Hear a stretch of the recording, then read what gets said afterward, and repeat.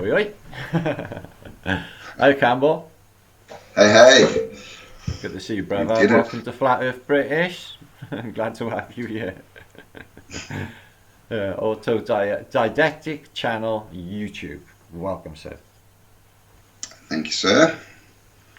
So, I'm glad you could join us. I know it's early in the morning for you. It's getting dark here. We're at the other end of the day. So, thanks for joining us so early. I know I should have got up earlier the other day, but you know things have been all over the place. So I do apologise. Thanks for doing it No, the other way round anyway. So yeah, I all thought we good. could catch up, talk about ongoing things in this field of alternative history, and have a few things about things, and let's have a little scroll through some pictures maybe, and catch up on a few things. Sounds I, like a plan. I've been looking into, and this is coming off of what Jon Levy's video was looking into, which is the Great Expositions with possibly arrival stations or arrival places for people or populations after the Great Reset of possibly 1811. So the new arrivals after the takeout of Tartaria, okay, the endless people that show up, you know, the orphan children, etc. So they populate the place. So I went searching for evidence, and I thought a good place to start would be for the narrative of the first ever exposition that they say. And I found something. I'm share you now. Tell me what you think, right? You look at enough of these images to see what I'm seeing, right? And I'll show you now.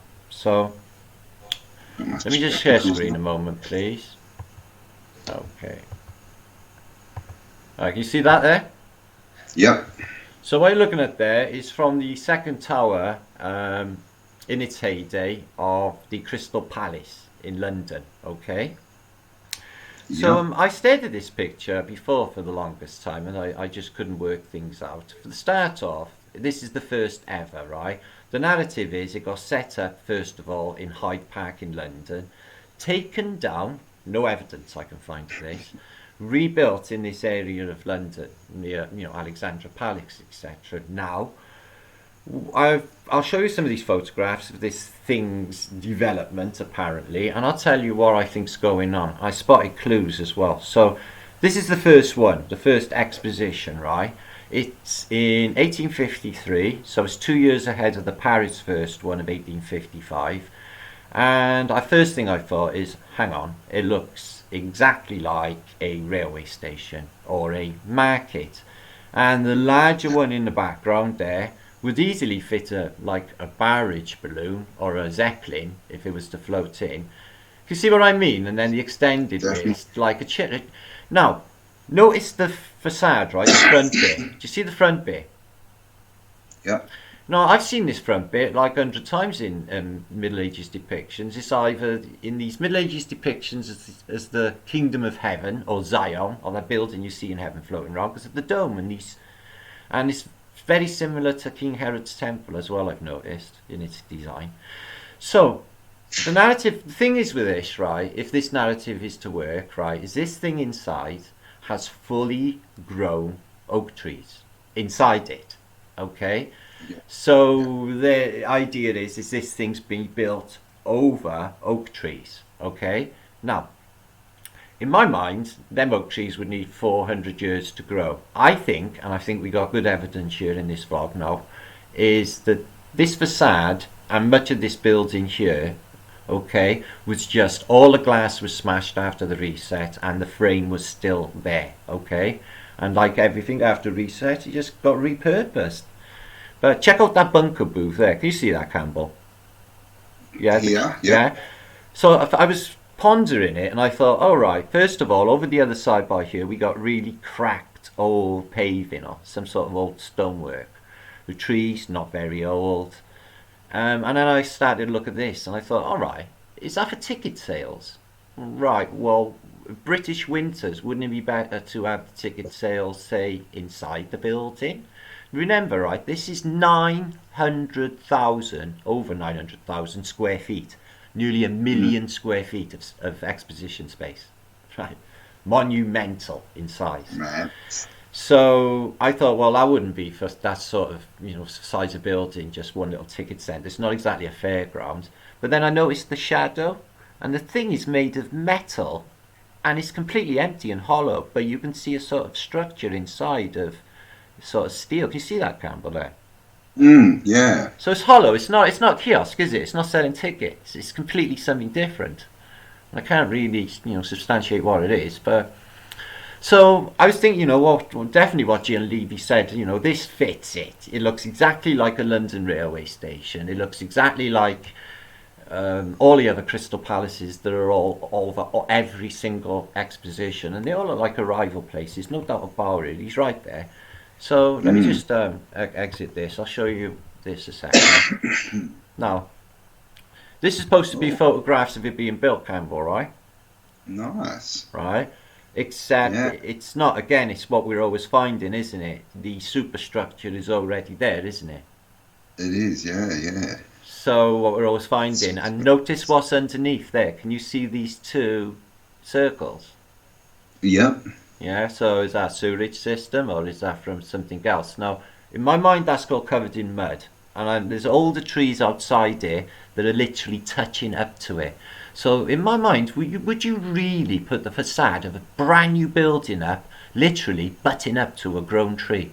You see that there? And right? that's a big tree. I mean, you couldn't. You couldn't. You couldn't. You'd have to cut all the roots in order to kill the tree. Exactly. So, and you've got the same on this side as well. So I'm thinking, for them full-size oak trees, which you'll see in a minute inside, then this facade must have been there already, and the glass must have been missing. Now, this thing in the narrative exists for X amount of years. It burns down. Apparently glass and steel and classical statues burn. In 1932, nothing left of this place. But you'll find that for most expositions. So there it is. And this is from 1854. It's been going 2 years at this stage. You could easily pull a balloon in here, no doubt about it whatsoever. In its original purpose, or even like a train platform, even. But the quality of all of it, and they're indoctrination centres, because what you find with the first one ever is they bring in amazing sciences, no doubt about it. And it's all classical Phoenician art. Every bit of it. No doubt about it. Nothing else is exhibited. They bring in a dinosaur exposition. Hang on. Dinosaurs were only invented at that time. With the Bone Wars. To fill the British Museum that was being developed exactly the same time as this. But check it out though, these people. They're always in the same sort of uniform clothes, aren't they? He's like in communist Russian clothes, with that cap, and very bland, very samey, like they picked him up somewhere. Like a quarter. I've often wondered if they found warehouses full of clothes or something, and just because everyone always wears the same clothes. Them Mitchell and Keenan videos that we showed, that Jon Levi was showing this morning. They're absolutely stunning, Edwardian. I'm wondering, right? They even state on that documentary, right, how is it we know so little of the Edwardian world? Now, this is like after Victorian, so that's 1906 up to when Edward died, so, leading up to the First World War. So 11 years he's in, that's all. But we know, that's in the 1900s, we know nothing about the Edwardians. It's the most unusual of things. They'll even state, in these documentaries, Keenan, how can we know so little of these people? But he's showing these people, and they all got the same clothes on, haven't they? They're all So yeah, it's just everything is the highest of quality. It's the programming. They're showing you the sciences. There it is. Sorry, it's not a bigger image. That's 1932. So apparently glass and steel burns. Don't know how that happens. And there it is in its heyday. So what they find is it's all about other countries, isn't it? They'll show you. Yeah. This is Turkey here, and different countries stuff. So they're literally creating the story and re-educating people and sending them out into the world with this new vision of the world they wanted. Yeah, you got it. Exactly that. Same with this Egyptology, and it's from the Phoenician concept. Going with the Rosetta Stones, not the other history of the Egyptian Phoenicians we found out about. These sphinxes, it's just indoctrination. So they get the ancient Egypt and the dynasties, programmed. Very much like the globe, in the schoolroom. If you see it from day dot, it just becomes a reality, doesn't it? Well, they did it with these. There was the planisphere in the New York exposition, and it was just a giant spinning sphere. To do programming, I think it's there in the present day. I think you can go round and round in yeah, big one, yeah. Yeah. Another thing about these, the Crystal Palace, is if it had fully grown oak trees in it, inside, and oak trees are, cold weather trees. You put an oak tree inside a glass building, which is a hothouse. Exactly. It's not going to fare very well. No. So the whole narrative of there being glass in there while those trees were growing or living, it doesn't really make sense. That is such a good point. I think that kills it there. It doesn't make no sense. No. It makes a lot more sense that the glass was smashed out and the trees have just seeded themselves and grown in natural, the natural environment. So that's another thing they were pushing, was animate. Some of the earliest ones in America, you see these big Berthas, really high-end howitzer. So it's showing the world, this is the British Empire, so it's showing the world at this stage that we got the biggest navy in the world, and if you're visiting, millions are pouring through, we got this incredible armament too. So I know it's not other countries that are shouting it. They don't have like a row of Japanese guns. It's always the British Army or the Imperial Army. So that's us, the Empire. So there she is outside. It is absolutely fantastic, no doubt about it.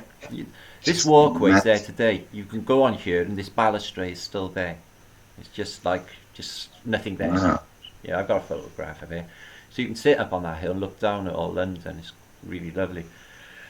So yeah, that is definitely in my mind an older building. The narrative doesn't fit. That's another Crystal Palace in America, that is, and they're all, no matter where, I'll show you a few more now, no matter where they are, they're all the same design, and they all resemble stations or maybe some sorts of churches. And somebody said something interesting about portals in buildings today that was really fascinating. I was like, whoa, check that out, right?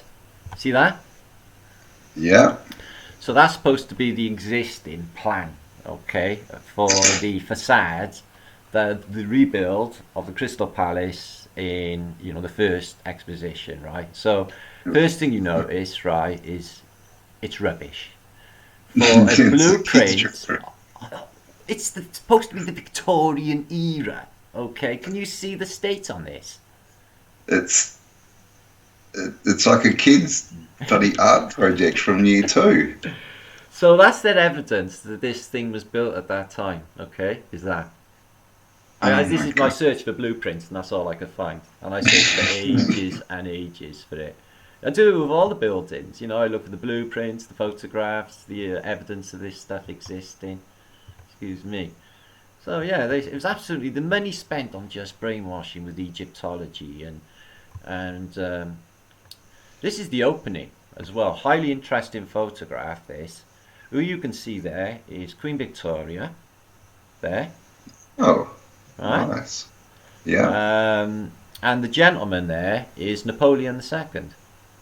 Oh. The replacement for his uncle, Napoleon. So, Napoleon, yeah. Yeah, so it's Queen Victoria. I don't know who the other lady is, but I don't know. I think it might be Mary. I'm not sure. So yeah, they were there at the opening, and they do a ritual, a sort of satanic ritual, if you like. But they only used oils and herbs and powders and stuff, and they place it under a ceremonial foundation stone. Okay. So it's not the foundation stone; it's a ceremonial foundation. Yeah, exactly. Yeah. Okay. They even tell you, right? Yeah. Yeah, and there's pictures of her actually doing this in the opening of this building. It's the whole ritual goes on with it as well. So there's the site. There's that German, wasn't she? Yeah. There's the staircase up to it, and there's that balustrade I just showed you on that old photograph, still existing. What a shame, huh? What's going on with this tower? Looks a bit It's drunk. I don't even know. I suppose it's just a television antenna they put up on the hill because it's quite a commanding view from up there. It's like there's that balustrade in the modern So day, that's it. Wow. still there. From What's that? A tiki sort of well, it's sort of I statue? can't mag up. I'm sorry with this, but it's Polynesian or something? yeah. I need to get there. I need to go and have a little scout around. I do have a little nose. So there's the grand opening. They had two openings apparently. So excuse me. And that's supposed to be it, the building. But yeah, I get that the centre, the side bits were very possibly new because they look like in the inside as well. But like you can see this bit you're going at, but that main bit, the T going through, no, that's the original. That's there already. There's pictures of It's the just such a builders. mess around. It looks all flooded out. You know? It's just like I've worked on building sites, Campbell. You've got to keep them clean places, or they're really dangerous. Nobody seems to Exactly. be doing anything bad digging mud in this picture, as far as I can see.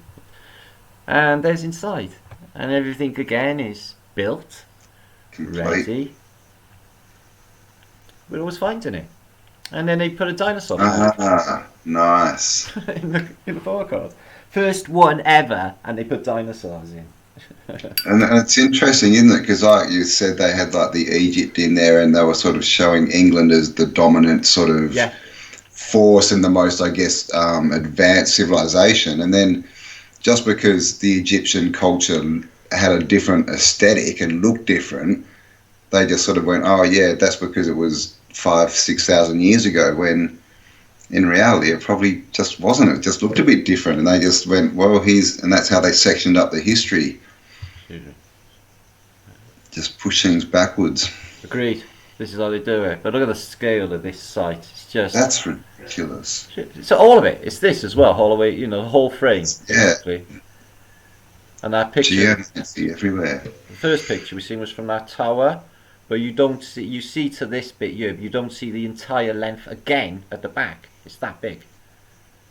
You don't see this bit in that first photograph. It's just It's huge. And how much do these look like airport towers? oh, how much? Control. Well, that's what we were. That's what Another thing we were talking about before, maybe 2 years ago now, is looking at this, and we weren't even thinking stations. We weren't even thinking arrival depots, of balloons and railway and underground. But look at this thing here. It looks like a solar panel for a start off. And these towers, right? Well, what need would they have had to anything to do with this? Viewing platforms, you'd only need one. So what are they? So it's part of it, and they'd either end as well, adjacent as well to the Yeah. building. They have to be something to do with free energy, both of them. Did you watch Jon Levy's what he done with the magnets? Oh yeah. Yeah. So imagine these two as magnets, the same way, a copper around them and a Right. magnet. Okay, Yeah. and like there's the light bulb, the big light bulb in the middle. If you made them big enough, he said, and you ramped it up, yeah, wouldn't that Yeah. work? I know. Definitely. Yeah, and I mean it's all glass as well, isn't it? Is there some like was that frame working as some kind of filament? Like did it light itself up? Was it self lighting? That is incredibly interesting. That is a definite possibility. Some sort of like solar luminescence locked in, starting the jet technology into the infused into Yeah, the like glass. this huge kind of like light bulb but diffused. Yeah, that could so work. If they haven't done it, they should have. Should, yeah. Yeah, so a lot of classical art, all of it destroyed. I think it's evidence. I don't think all of this is obviously apparently original.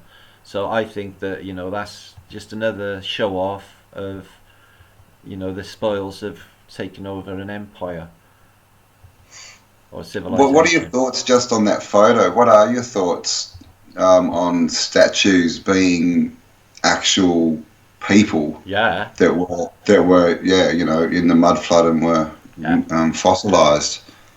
For sure. I think some of these artists, like I studied Bernini for quite some time, and I can't get my head around why, that guy was so, it seems they're all so prolific.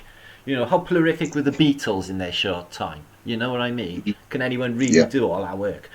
So he was just like exceptionally prolific with big statues, monuments in Rome and everything, and he made these exquisite pieces of Ovid's Metamorphoses and other stuff, right? And then when you study them up close, not only are they flawless, but they sort of resonate like they're alive, and everyone who sort of encounters them says there's something off with these. Now, it may have been some sort of densification process, it may have been like the film Carry On Screaming, where this, you know, like sort of waxworks type of thing, where they just turn them into stone, you know, or maybe, or it could be a Pompeii effect. Exactly. Well, we see almost the same thing, just not as in good condition. But yeah, exactly, it could be that as well. Yeah, but they could because we've got that boot. There's that cowboy boot, and what was that, from the 1800s, 1880, and it had a completely fossilized leg in it. So it's not out of the realm of possibilities. I haven't heard of that. That's incredible. So they found that in Arizona, I think, and it was they actually found, like, it was a fossilized leg inside a cowboy boot, and they could still read the maker on the boot, and they actually went and found the people who had made this boot. They found the actual company, and literally it had a stone leg inside it. That's incredible. Yeah. So it happens. We know it happens anyway. Definitely. It happens, yeah. Another thing we're thinking about, right, is, do you know breasts or heads? Heads. Yeah, you do. I know. I do too. So this one, yeah, like they have just the head and the chest breasts. Yeah, yep. The elites are nuts on them, and Churchill got to have a breast, and Napoleon got to have one.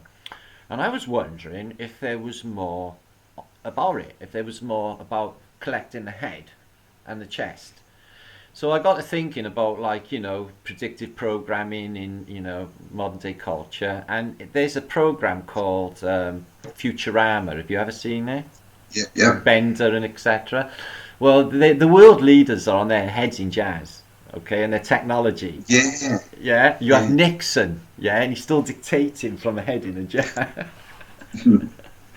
I'm wondering if they literally could reanimate heads using some technology in the past, and reanimated world leaders, and breasts are harping back to that period where dictators could have been just heads dictating.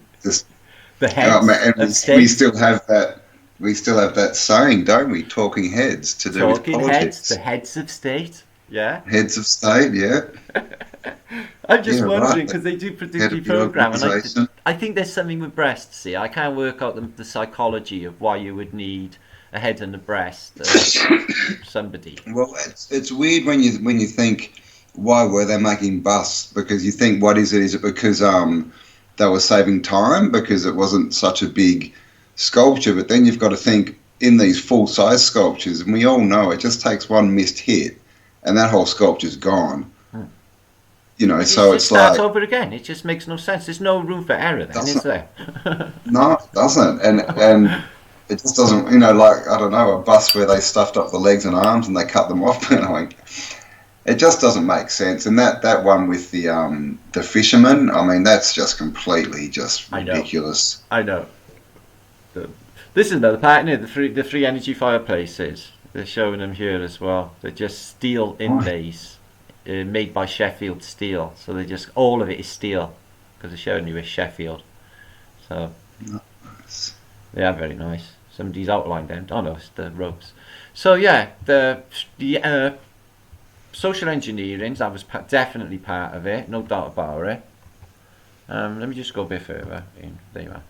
And Paris is exactly the same. That's the next one, the 1855, look, and they got the same thing going on. Oh, excuse me. Exactly, same thing going on. It's the same building, the same shape, exactly the same. So I think these things were definitely there and part of this Tartarian culture, no doubt about it. Can't find anything about this thing going up from the start. Same thing, it's amazingly vast. Look, plants and everything, and trees inside. Yeah? It's just a bizarre narrative, isn't it? I'm just thinking, God, you know, if these were greenhouses and people were coming up and, you know, there was food and all this kind of technology and wonders in there, I mean, I don't know, is that kind of linked to the Garden of Eden? People coming up from underground into these wonders and then told to go and populate the earth. No, that wouldn't even surprise me. Nothing is beyond the bounds of what do they say? possibility. Go forth and Multiply. procreate or populate or whatever it is. But Yeah, that would actually make sense. Wherever they are, some of them pictures John was showing on that video, them people look like they arrived on another planet. Excuse the phrase. Yeah, if that was a thing. You know, they were just wide-eyed, like in total awe, like they'd never been anywhere ever. And all their clothes are identical. And like you said, you never see children at fun fairs, right, for adults. And all of the seaside resorts are what, for adults. You know, we were saying, what's going on? They all having like naughty, you know, like dirty weekends away. What is going on? How are they all adults? And, you know, and just the formal dress as well. Everyone's dressed to the T. Boy, you're not beach. What? And you never see no towels. You don't see towels and stuff like that. They go in these cubicles and do an anomalous dress. I was even wondering if they were arriving through them at one stage. Doctor Who style. Yeah, it's like a TARDIS, just popped through in there. But yeah, we've put loads of evidence. This building here, you know, looks like you know, proper Greco-Romano, and it's absolutely stinking dirty, and they don't last 2 minutes, these buildings, and they all suffer fire. But let me just show you these here. These are quite good. I don't know whether you've seen this, but do you know in Paris Exposition, the first one, this is sort of the Tartarian ideal, is you don't have to walk to work. All you have to do is hop on the pavement. They will take you there. So, I love it. And why haven't we got... that was what, 18... Was that Paris, did you say, 1850s? Or? Yeah, this is the Paris. This is the later one. What you find with the Paris Exposition of 1853, it was an industrial one, the ones and pictures I just showed you. But all of this facade that blows our mind, that's all on the same, that's all disappeared now. And you can see these Phoenician statues, these are dirty and old, these ain't new. And you've got the same spooky plaque on the front of the pillars. So we were wondering, you know, is this just scrubbing of the previous occupants and rulers of this place? But we think now that these are something more. We think there's something to do with mirrors and portals. But yeah, that's the later one. So that's when, you know, they put up the Eiffel Tower 1883, and this stuff went up around the same time, the same development, they say. But the scale, right? You know, they put it all down, all of that. Okay, and they're saying this is all temporary, made of plaster of Paris. Yeah. Yeah. I was thinking about that yesterday because some of these buildings are still standing and they're clearly not made of plaster of Paris. And something else as well that they say they have in these 15 million came through in 1 year and giant populations passing through. But the photographs don't exhibit that. It's very, maybe there a little bit. But look at that for a pont, for a bridge. Yeah, wow, walking bridge too, footbridge. Yeah, it's just like, when do they do that in the modern day? And this thing here, the entrance to it, that was free energy. That's these towers as well. You've got to be standing in this perspective, straight in front, like the Taj Mahal. Because if you walked in front, you wouldn't see that perspective.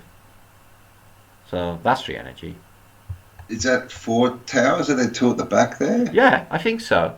Oh, I don't know. I think there may just be strange, really high cable things like flagpoles, I guess. But even flagpoles are energy gathering. So, you know, flags are. They just put vanes in them. You can get them in the modern day. They gather charge. So check that out, right? So they're trying to lead you to believe that was built in that period. Yet, it's got the alchemical Phoenician decoration all over it. But you can see, look, I know, but look, still underneath, right? I know it stinks. I can't stand it when they do this, right? I can still see Tartarian under that building. You know, the squares and the shapes of the roof. Yeah. And then they've all of this, like they decorated the cake after when they come in. And touch all this stuff up. It's all mud flooded. So, look, the windows are down there and the door's up in the air. Huge door for giants, again. So yeah, this is definitely makes sense when they all arrive through these places. Introduce them to, this is the world, these are the countries, this is the tech. I notice they don't touch on religion much in these places. Yeah, that's a good point. Yeah, so there's another one of those crazy Phoenician, whatever they are, waterfalls. But this building in the background here is in the shape of a ship. I think it's the Maritime Museum. Oh, really? Yeah, it's got bows on the front, and it's just could not be more ornate. It's just I got a picture of it in colour. It is absolutely mind blowing. What's that outside there? Do you think? This is a cable laying machine. It's definitely not a crane. Yeah, it is a cable laying. Yeah, okay. It's got the spool there too. Yeah, right. Right. So the question is, right? It looks like a railway station. It looks like Mumbai Central, right? It looks like it's in India. Okay, yes, in Paris. Massive dome. Okay, over the door again. Wow, what decoration! But why are they laying cables in it? It's just crazy. When's this? 30s, 40s, maybe? No, man, all of that disappeared by then. It was well gone by the First World War. No, yeah. Really? Wow. No, man, it was the most narrowest window. I can't even believe it happened. If you look at the pictures of the Seine, from 1900 to say 1920, there's maybe 3 of them buildings left, and then they're gone 5 years later. How it happened, I don't even know. They just ripped all this down, apparently, like what you're looking at there. It's just unbelievable, isn't it? It just makes no sense either, because obviously it doesn't take a genius to work out. We're looking at a 10 times better civilization, aesthetically, quality. Look at it. Oh my God. I know. It's just everything has got, detail to attention. Look here, every single inch is thought about. Them trees don't look too new either, do they? If you was to bring them in, because this is all supposed to be muddy streets, Well, they're people, so they're big trees. Yeah, exactly. Look at that thing. Look at these things on the. Very futuristic, Campbell, aren't they? Wow. They just look like modern bloody telecommunication towers, don't they? Yeah, and with these bunko booths, right? That's like just white thing around here, like a solar panel, isn't it? What is that? It's supposed to be like a bunko booth, but what gets me with all of them is they've got Antiquitech on top, and this has got what looks like a portal on each side. So if it was for like just plastering advertising bollards on or what have you, why would it need these holes? Is it ventilation? Well, there's no one inside, so what's going on? So they're clearly not that originally for advertising or kiosks. There's something else. Does that look like solar panels or something? Could be, yeah. It could be. They look kind of like valves. They do look kind of like valves. And that bit at the top as well. With like a pressure valve. Yeah. Oh, it's highly interesting, especially with all the tech on that building. And, well, if you can imagine, and what Victor and I were talking about with all water and stuff running underground. Yeah. Could that be some kind of valve that was, it's just to let out pressure so it sort of kept everything flowing? I don't know. Well, you would need a pressure release. There's no doubt you about would, it. Or else it'd just all clog up, wouldn't it? Yeah, you need something like a stopcock, like a ball, something that would release and vent and then fall back in again to block it again. Exactly, like that, a release valve. There's that one, look, the Maritime Museum. It's got like ship's bows on the front. Oh, wow. Yeah, I know. How would you build that? I'm just can't get my head around it. Right, so the architect built a design, but we just seen the quality of design that was available in London. And then they carry that out. They carry that out. And then they knock it all down. It's just to show the world, and then they knock it all down. And when you can clearly see it's older. Mudfludder. Yeah, Mudfludder. Yeah. What about that tree there? How old's that tree? Oh, yeah, if these are people, that's at least a 20, 30-year-old tree. Right. At least. Curious, because, it didn't really stand that long. Check this tech out on the roof. God almighty. And it's always going into copper, isn't it? Always. Yes. And that dome as well with the vents on, the portals. It's not just for ventilation. We're talking about Paris here, not the Caribbean. I've started noticing those on domes everywhere, those little portal window things. Yeah. And portals, it's interesting, the whole word, isn't it? Like portal and porthole. Isn't it ever? Ships. and you know the whole Phoenician water Isn't thing, it? maritime Isn't it law. incredible? So that's why, that's another thing that I thought about that led me on to think there's the realities of it because of the Phoenician aspect, the portal. Wow. And then I got to, thinking about Time Bandits, like I mentioned to you earlier, the film Time Bandits with Mm. Terry Gilliam. You get these little dwarfs and they have a map to the back doors of this place, of this realm, of this simulation, if you like, and they can just go from one time to another, ripping people off. So that's supposed to Mm. be a new build that got knocked down. Look at it. It's just, what? And why would the windows be so bold and so high? They must be like 50-foot high windows. Two and stories and high. if you look, if they're two levels, this bottom level is clearly like half the size Oh yeah, of the sure. one top. Yeah, yeah. I, Like, I'm thinking their windows below are the same size as these windows here below ground level. Like that's what we mm, usually find. But the whole thing is disproportionate. Anyway, you find this with these buildings; they're always top heavy and top heavy. always. And then, to the eye and to the mind, hang on, there's something else going on. This thing's going deeper. Same with the church machines, the cathedrals. With these flying buttresses that they say they're designed to keep these walls up. Yeah, I see other walls with no flying buttress, and they're absolutely fine. So I think they're going deeper. They're part of this mechanism. But look at that Well, one there. the funny thing about flying buttresses is the story says they were building all these cathedrals for hundreds of years and they were standing up, but then they suddenly needed to invent flying buttresses to keep the walls up. Weird, isn't it? Yeah, they're It part doesn't of the make tech. sense. There's no doubt about it. The strange ribbing. We put metal through that as well, which we found in some cases. So yeah, they find the time to build an exhibit of every country in the world. So that's like Belgium, and they do. I think this is Bosnia, Wow. and an English country house rebuilt in Paris for people to visit, so they know what a country home looks like. Is any of this making sense? Because it just Yeah, sounds like yeah, exactly right. the Get a Twilight Zone. familiar. And Germany, check it out. It's insane.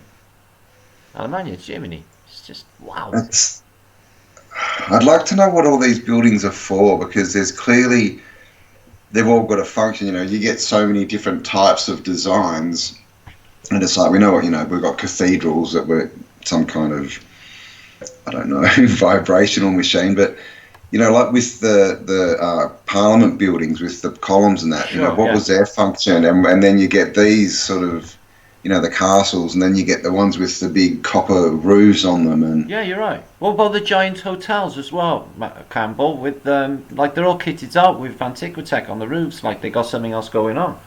Like the New and York ones. They're just absolutely insane. So I mean, I just wonder if these were even for housing. for them, I'm just wondering if these were just big, Phoenician houses. or big machines. That looks And people were machine. weren't actually living in the cities, but they were going there to do whatever to socialise and go and up their energy in the cathedral or make their stuff, but were actually living out in nature. It's just this call of nature thing, especially at the moment. It's really everyone's feeling this call of nature. But when we look back at Tartaria, I mean, there were trees and gardens and that, but it's just a lot of buildings, if you know what I mean. Yeah, yeah. It'd almost be like living in a big city I today, can and see that's it. obviously not conducive to humans. It doesn't, Yeah. it's freaking everyone out. It is freaking everyone out. The vibrations off in the city. Soon, I went on a country hike. I usually do most days now. I live 10 minutes from the countryside, and as soon as I got back to the country, the vibration instantly felt different. I was like, I could feel it. But yeah, this picture here, doesn't it scream tech to you? Because it does to me. It's so technical. It's just wiry and. See this? It is. Look at that crown as well, with that giant, what looks like Oh, no. Van de Graaff generator on top, doesn't it? Mm, Yeah, it does. I know. Can't think what else it is, but it does look like. And this bulb as well. These you've seen with Victor the other day.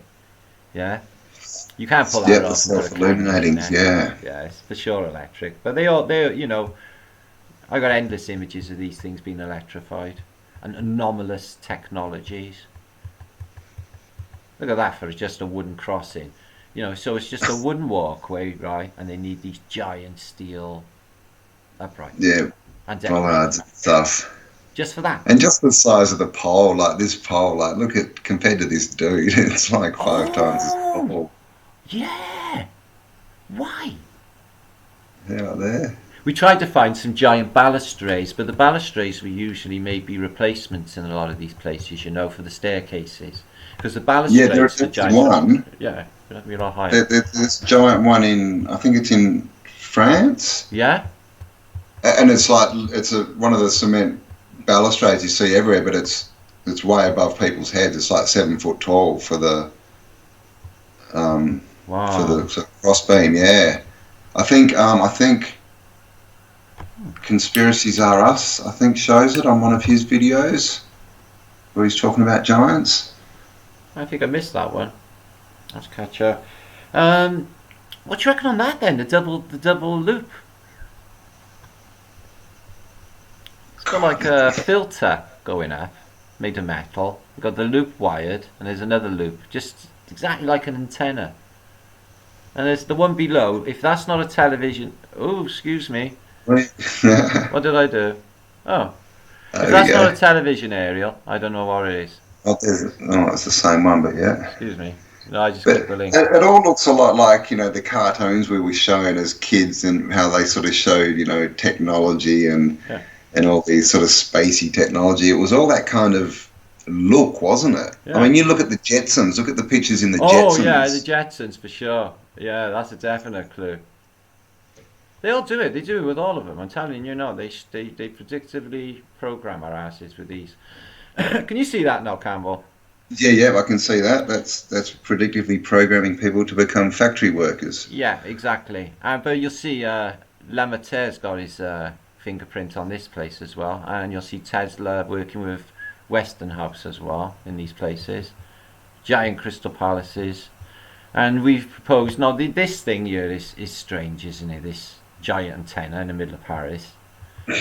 You know, and it's taken some changes. You know, these things have been removed on this gantry here over time.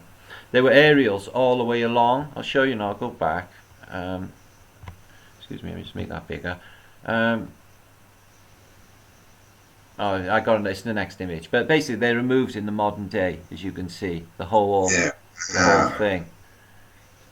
So you find exactly the same for my city, the Royal Hotel. It's an absolutely amazing building. It's historical. Captain Cook went in there, etc. But I got a photograph of it in 1900s. Clocks, statues, Phoenician statues, massive aerials, all wrought iron. In the modern day, they took it all off. There's just a bland corrugated iron roof. Look at the size of this thing. It's just ridiculous, isn't it? Well, it looks like the entrance to the Gare du Nord in Paris to me, like a railway station. Yeah, it's not. Yeah. So anomalous tech as well, you'll find. You know, tech that doesn't really fit for the era. Like these towers we see all over, which have got the energy gatherers. So they were literally showing you, like that one in Russia, in Novigrad. Some of the technology they were spoiling there was mind-blowing. See, the same with the onion domes. That, again, like Van de Graaff generator, isn't it? It is, and what are they actually displaying? What I would say is a giant... What are they telling people that is? Is it like, come and see a 2-story tower? I don't know, but it's a part of another tower as well, and it's exactly right. Yeah. What is it? So it's got to be something. They've at least got to tell people it's something, but obviously it's got to be something as well. It's just not some random viewing platform or what have you. Same, and the Twin Towers of Tartary. The same, the same technology for illuminating. It could easily be that, couldn't it? Well, I mean, Boaz and Joaquin, right? Yeah, it's with the towers for sure.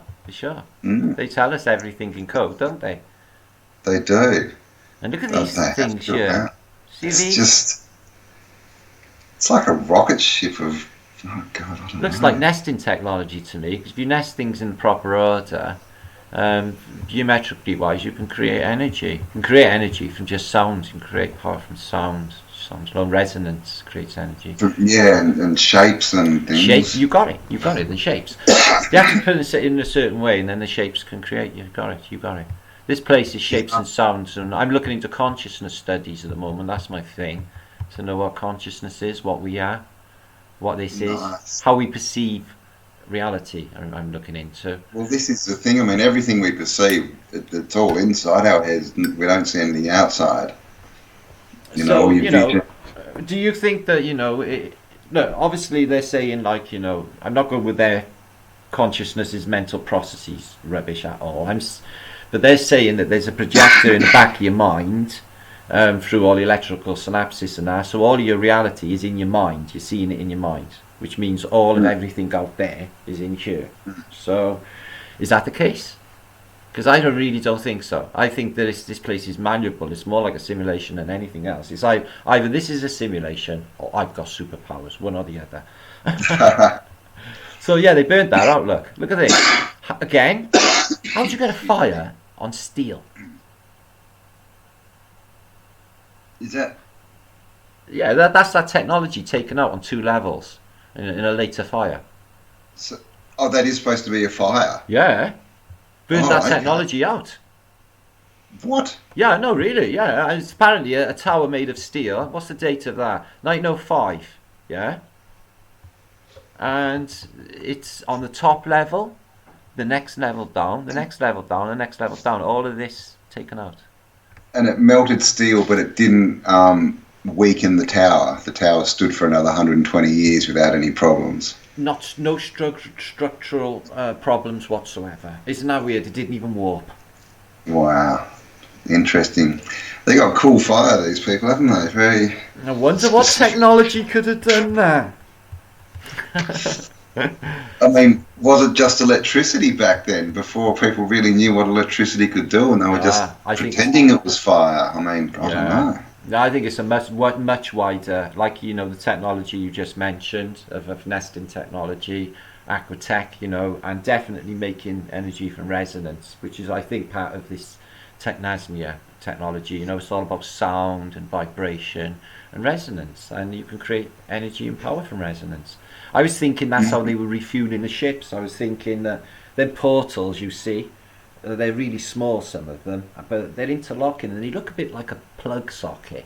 I thought, like they refuel jets in the sky. I thought, is that what's going on? They just pass by, plug in, refuel on a resonance charge, and then off they go again.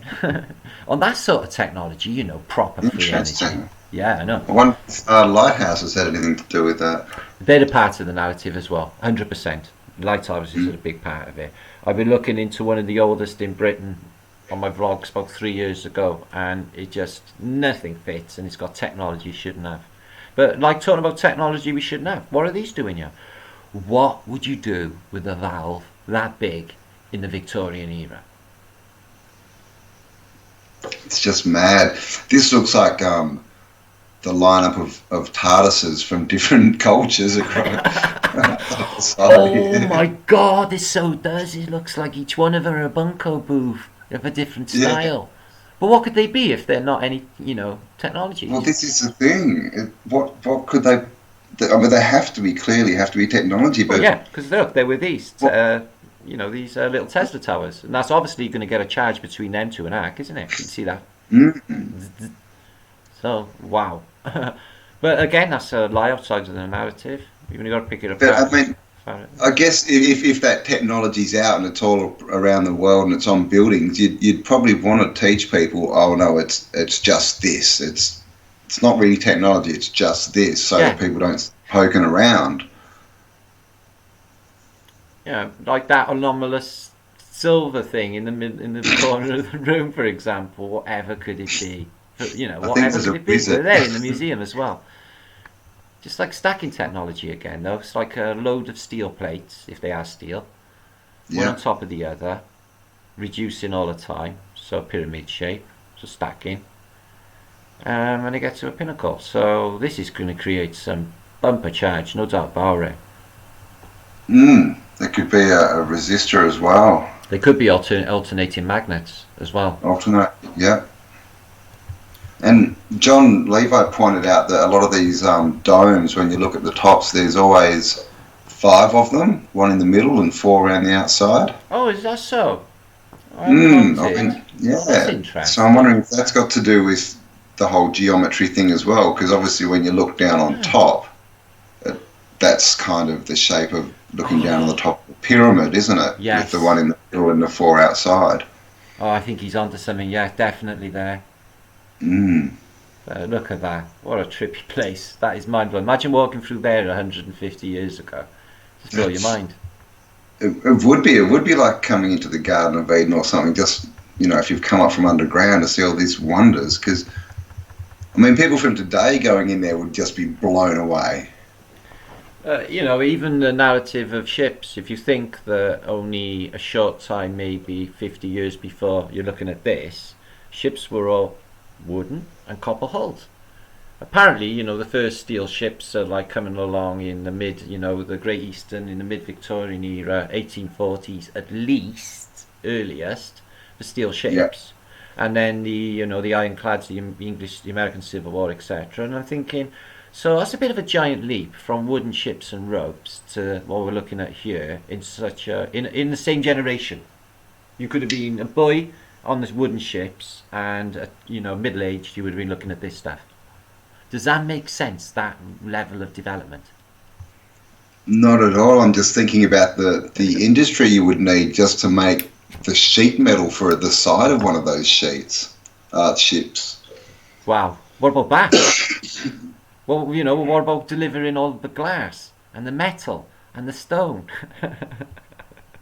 And the fact that glass they weren't even making enough glass at the time to even fit out that palace. I've looked into it, and the first glass works were like the 1850s, and it was just handmade and what the hell is fully electrified. But what you see is these anomalous sort of, I suppose they look like antennas, but they're everywhere, and they got like little strange things on the bottom. They look like giant lances, like Victor was showing on his last post, which I will link up when I show this, definitely, because that is a brilliant little post. I really enjoyed that.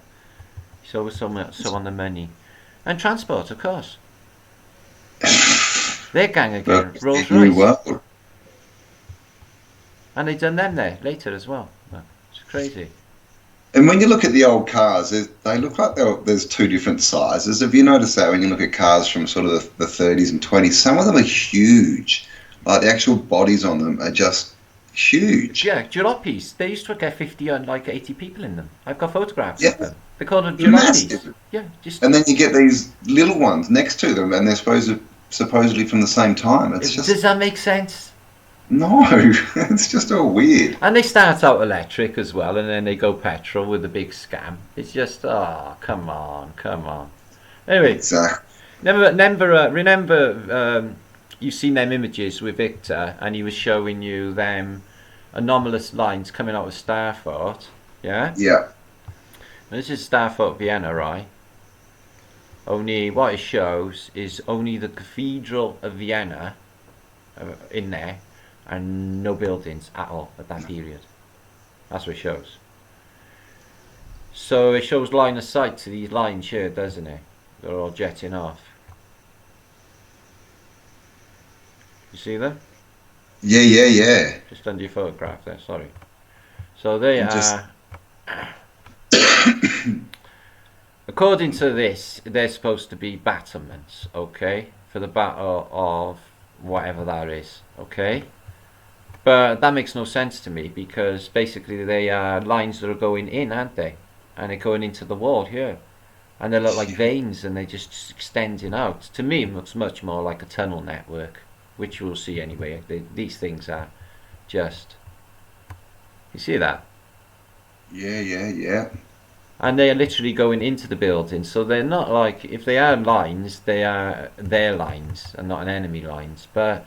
That's just their narrative, isn't it? Again, and I see this on so many Starforts. Interesting to note that there's no buildings inside again. Oh, that is... I took that in my local St John's Church in Cardiff, and I asked the theologian woman, and my friends, what's the deal with the eagle? Why's it got his wings open? And, you know, is there any link to, you know, Freemasonry? And she just like went bright red in the face and jumped to the defense. They always did.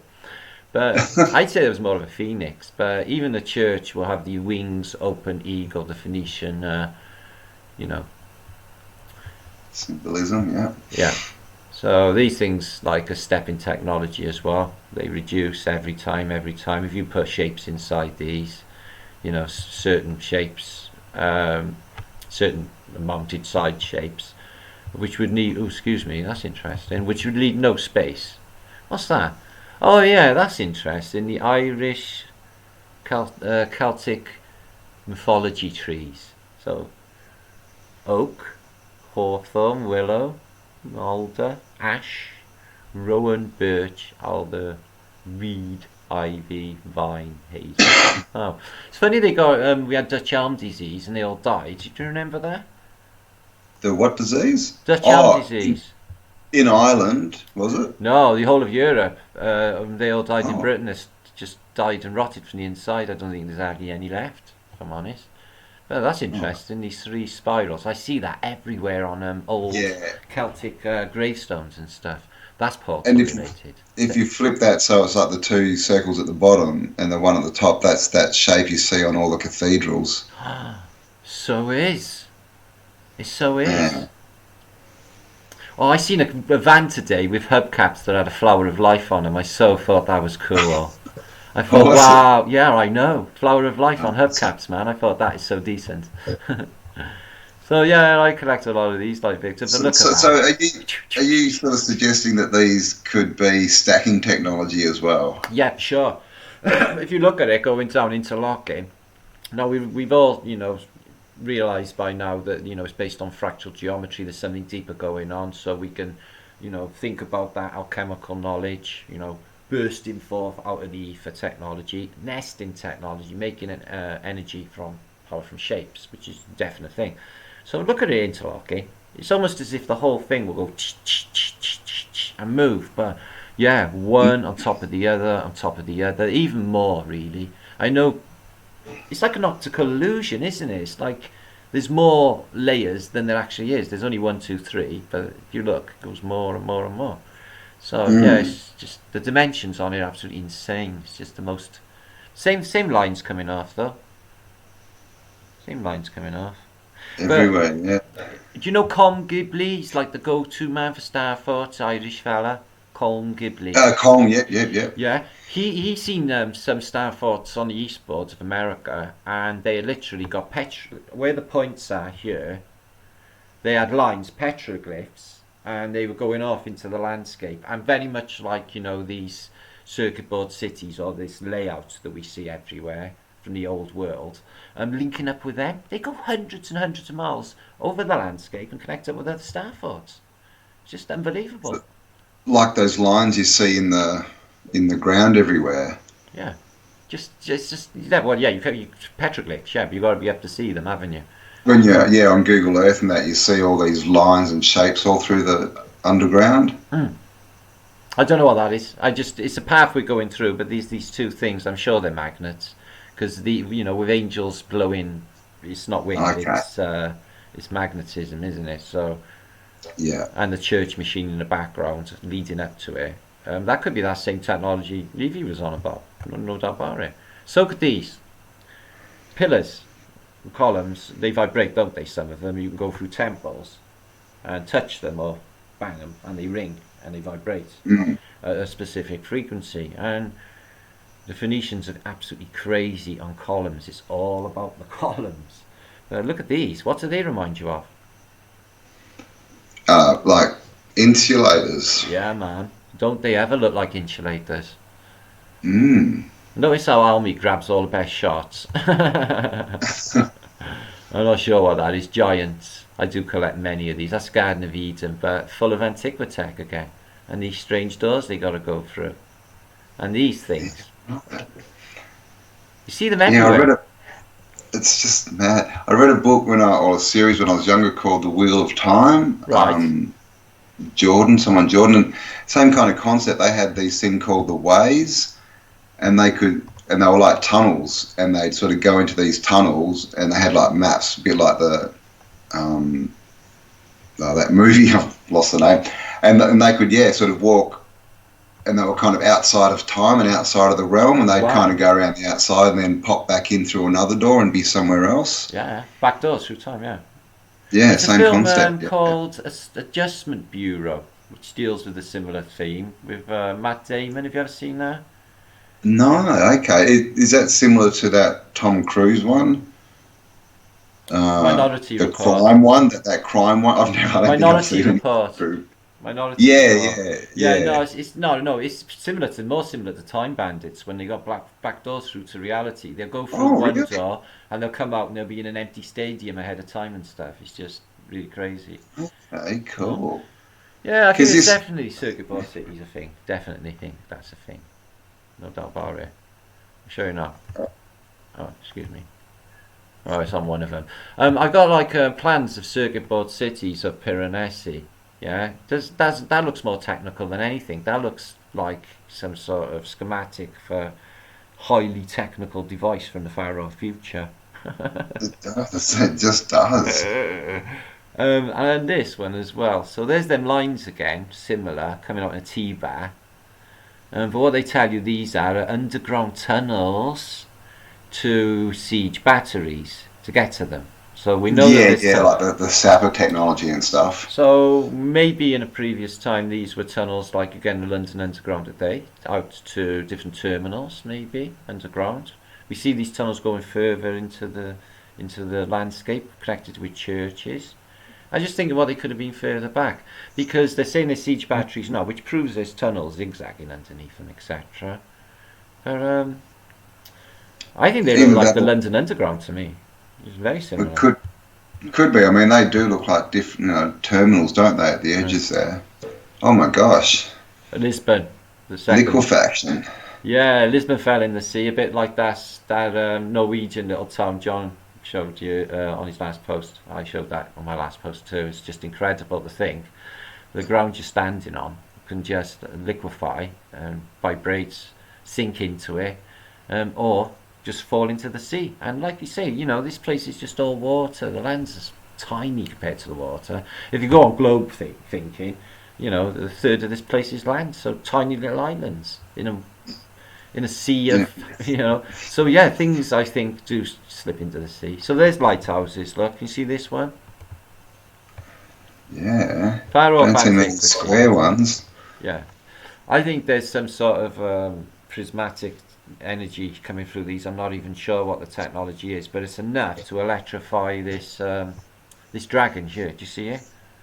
And blow that up. Well, that's why I was wondering, are they something to do with refueling? Just because they're all over the ocean in the strangest places, have they got something to do with refueling boats?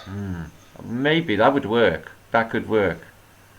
Somebody mentioned to me, right, that there was a Russian fella who was really, I used to love the way he thought, Sergei, and he stated, this was about 3 years ago, mind, all this way back as well.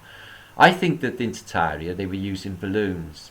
He said, and I think that they got on the jet stream, and I think that they could have got around this place in no time at all, and they knew where the winds were. It's like, that's highly interesting. How would they slow down? He said, that's where the moe come into it on Easter Island. He said they used to put nets between them, and when they come in from the shore, they used to capture them. I was like, whoa!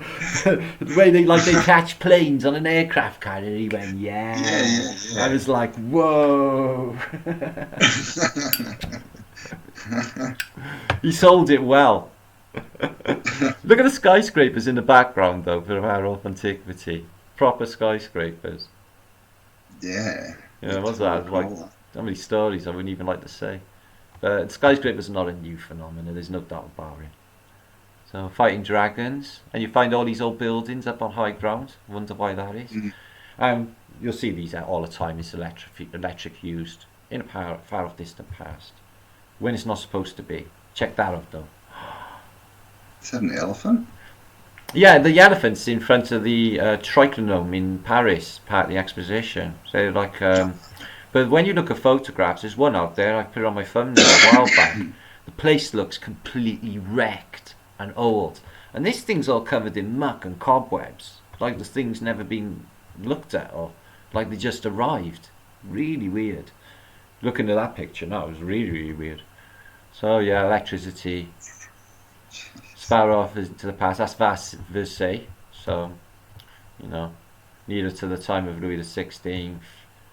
And we trace this back being used into the 1700s, even further back. No doubt about it.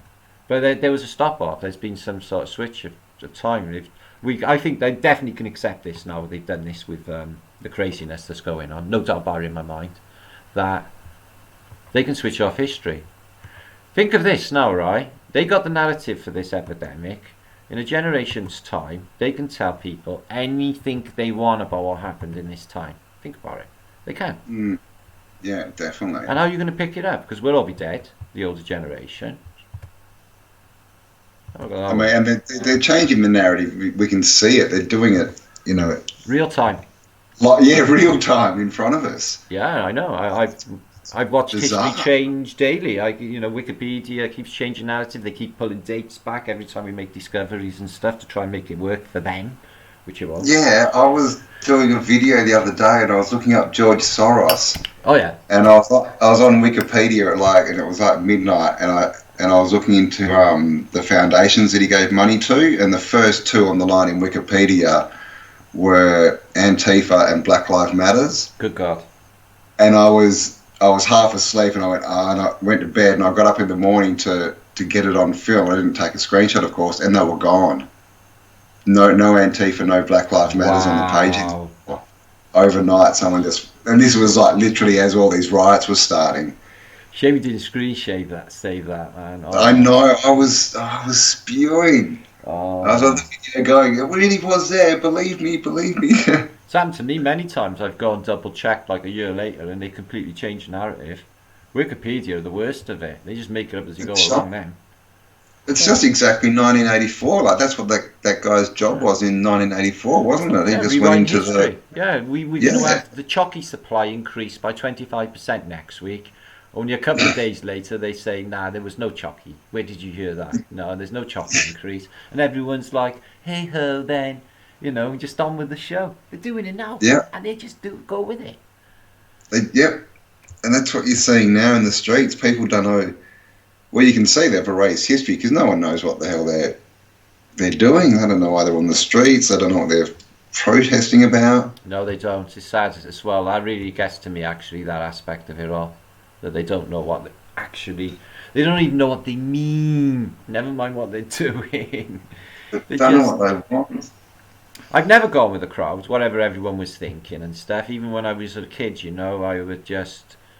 I wouldn't even go one side of the coin or the other side. I was like, I would just be like, I'm having nothing to do with any of it. Yeah, well, I mean, my philosophy was there's clearly something wrong with the world.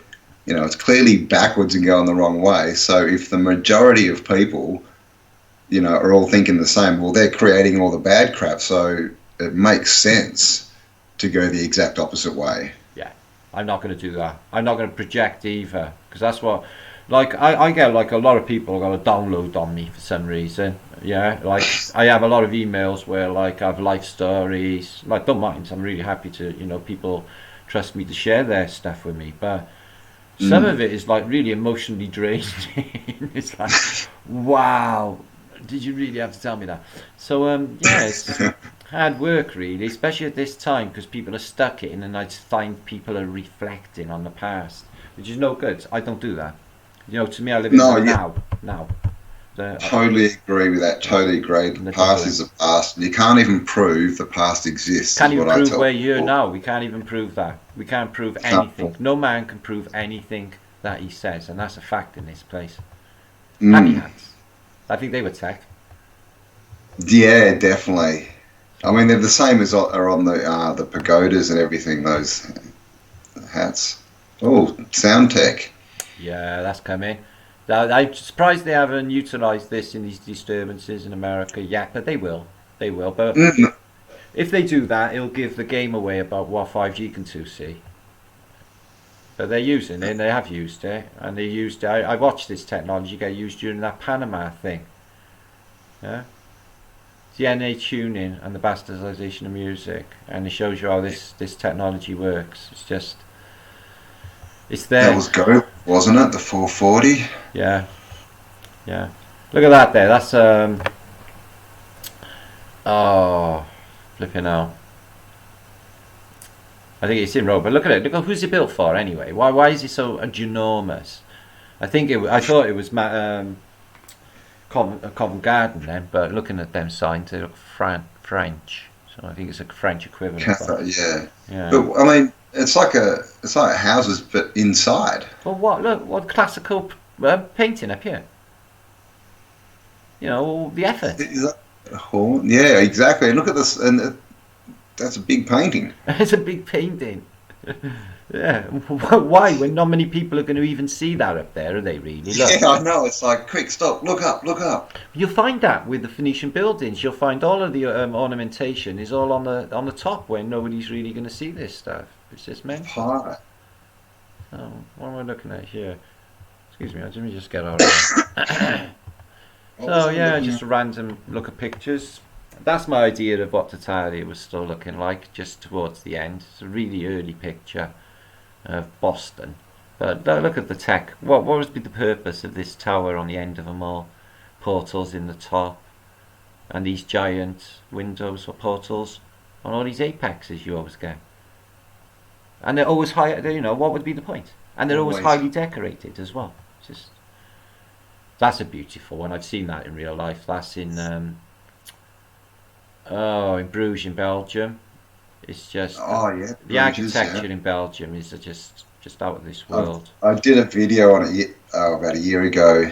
It's got canals and everything, hasn't it? Oh, Bruges! Have you ever seen the film in Bruges? They show you a lot of it there. They stick lights in the canals that illuminate all the water on the buildings. You get that ripply effect, and it's all different colours as well. Oh, it's out of this world.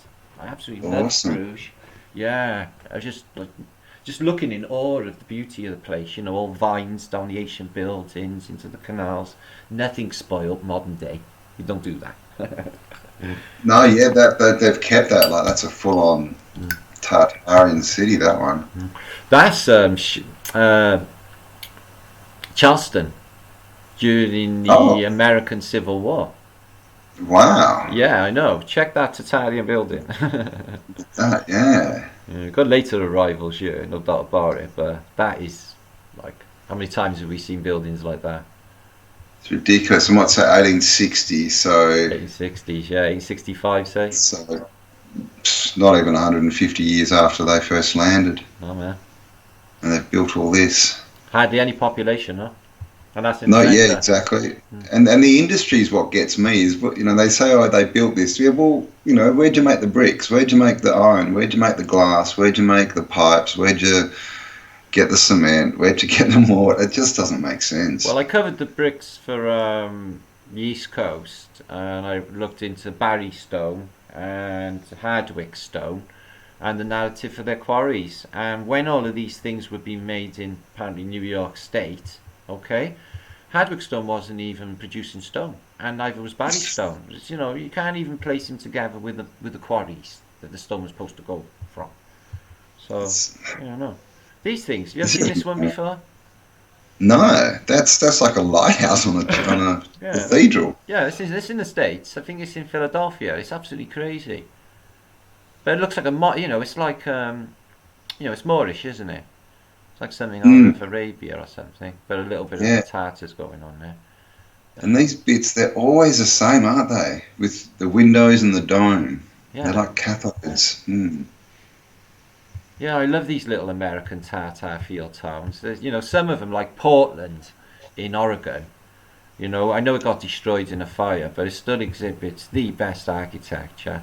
Portland. That's somewhere I would like to visit. But they also, look at the state of that. And look at the windows down here. Windows. Yeah. Why would you put windows when this thing floods? It's just like, wow. I know.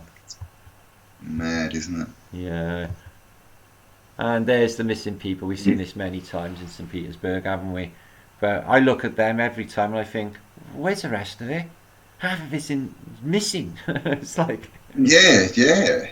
it should be like this bit, should be like down here, this whole building is like just missing, really. But you go to the effort to make such architecture as like Peter the Great was supposed to have done. You would have a few pavements, maybe a few fountains, and a few something, or maybe some people would be nice. You know, like just a road so you could, you know, get the builders there. Duck boards, wooden boards on mud in this city. Like, Yeah, wooden boards on mud with that architecture. To cart all this stone around. I know it's just insanity, isn't it? It's just insanity. Ridiculous. So, ooh, look at that one. Jeez. Yeah, there's no, why so many knobbly bits, you know? Now I know it's tech, the whole stats makes sense, but wow. And that bit at the top, that looks like a Tesla coil or something. It does. I mean, what did these things do when they were working? Wouldn't it'd be so fun to just be able to turn one back on, wouldn't it? Well, you know, we have surmised was that one. What did that cause the last mud flood? Did you know, the technology, you know, cause a massive catastrophe? You know, look at the size of this device, right? There's no doubt in my mind, right? Because it's got like these towers again, nesting technology, 1, 2, 3, 4, probably on top again 5, isn't it? Yeah. But these blowholes, look at the size of this portal. It's like a giant speaker, and you got them all here as well, behind this later arrival thing. But like, and there as well. So whatever this building was, it was creating huge amounts of resonance. For what? What if that overspilled? What if it went wrong one day and, you know, caused a resonance of the earth, you know, or a liquefaction? Because, you know, it was that frequency like Tesla's earthquake machine, you know? It caused an oscillation. Same with these things, with these portals. It's not aesthetics. You haven't got to put that window in that to be aesthetically pleasing. Oh, that looks nice, that round window in that building, because it just doesn't even fit. Yeah, that one doesn't at all. It's oversized, yeah. Yeah, it looks like a speaker on an old radiogram my mother used to have in the same shape. Yeah? Yeah. You get that? I know. It's mad, isn't it? But look at that decoration in Venice. It's interesting, like you say, that everything's up high. I mean, obviously, I guess if they're drawing energy from the sky, yeah, that would make sense, wouldn't it? Yeah, all the juices and all of the antiquity as well. You do decorate the bottoms, but I mean, you know, even in my city, you got to look up. And once you look up, it's like, wow, I didn't really see all that there. There's just statues everywhere. But look at this. When did they ever built like this in the modern day? In the last 100 years, maybe? No. And I think that's a Tartarian lady. Well, these are old screenshots. I haven't seen these in the 10th of never. But these are of Venice. And that's that portal again, that giant. This is some sort of strange, actually. This is a strange astronomical clock. Oh. I got a picture of it in colour. Can't work out what it is. It's just crazy. I think it's one of those originally. I think it was a flat earth clock. And I think it was one of those reverse clocks as well. Because they got them. There's one in the Czech Republic on a Jewish synagogue, and you can equally tell the time in reverse. So, what? Yeah, oh yes. Read my book, brother. I've got an entire chapter on it. It's associated. So, do you think all these clocks on all these towers everywhere and post offices are they? Do you think they're all retrofitted from? Clockwork. It's to do with 432 and this anomalous gateway through to another dimension, this place that doesn't really exist but is there and is tangible. Call it fourth dimension if you want. It's connected with that. 432. You know about 432, don't you? Yeah. Tesla's code or Rodin's code. This code will play infinitely for 369. Goose drank wine. Monkey chewed tobacco on a streetcar line. They tell you in social engineering. Apparently, a Jesuit book said that they were teaching that in the 1600s in schools. Haven't they gone down a bit? It was part of the curriculum back then in university. Yeah, right. Yeah. Well, they had smart people back then. I mean, God, all the stuff they were doing. But I mean, even at the turn of the century, you can get the school tests from like 1900, and I think they're like equivalent to like year 11 or something. The year 1s and 2s are like equivalent to our year 11s today. Yeah, I got a physics book in there from 1880s, and Wow. I collect antique books. I got loads here, atlases and stuff, and it's all ether, because this is obviously pre-Einsteinian stuff, and it is complex. Honestly, even this is for like a schoolboy's physics book, and it's just it's way over my head.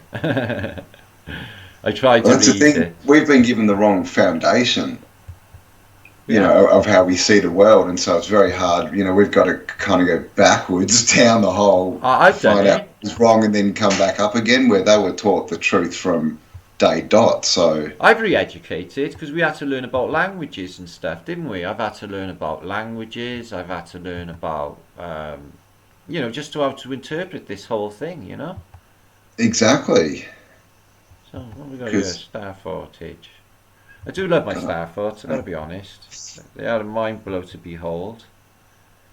That one is what we found. Did you see that with the Amsterdam and New York beaver Starforts with exactly the shapes of a beaver's head?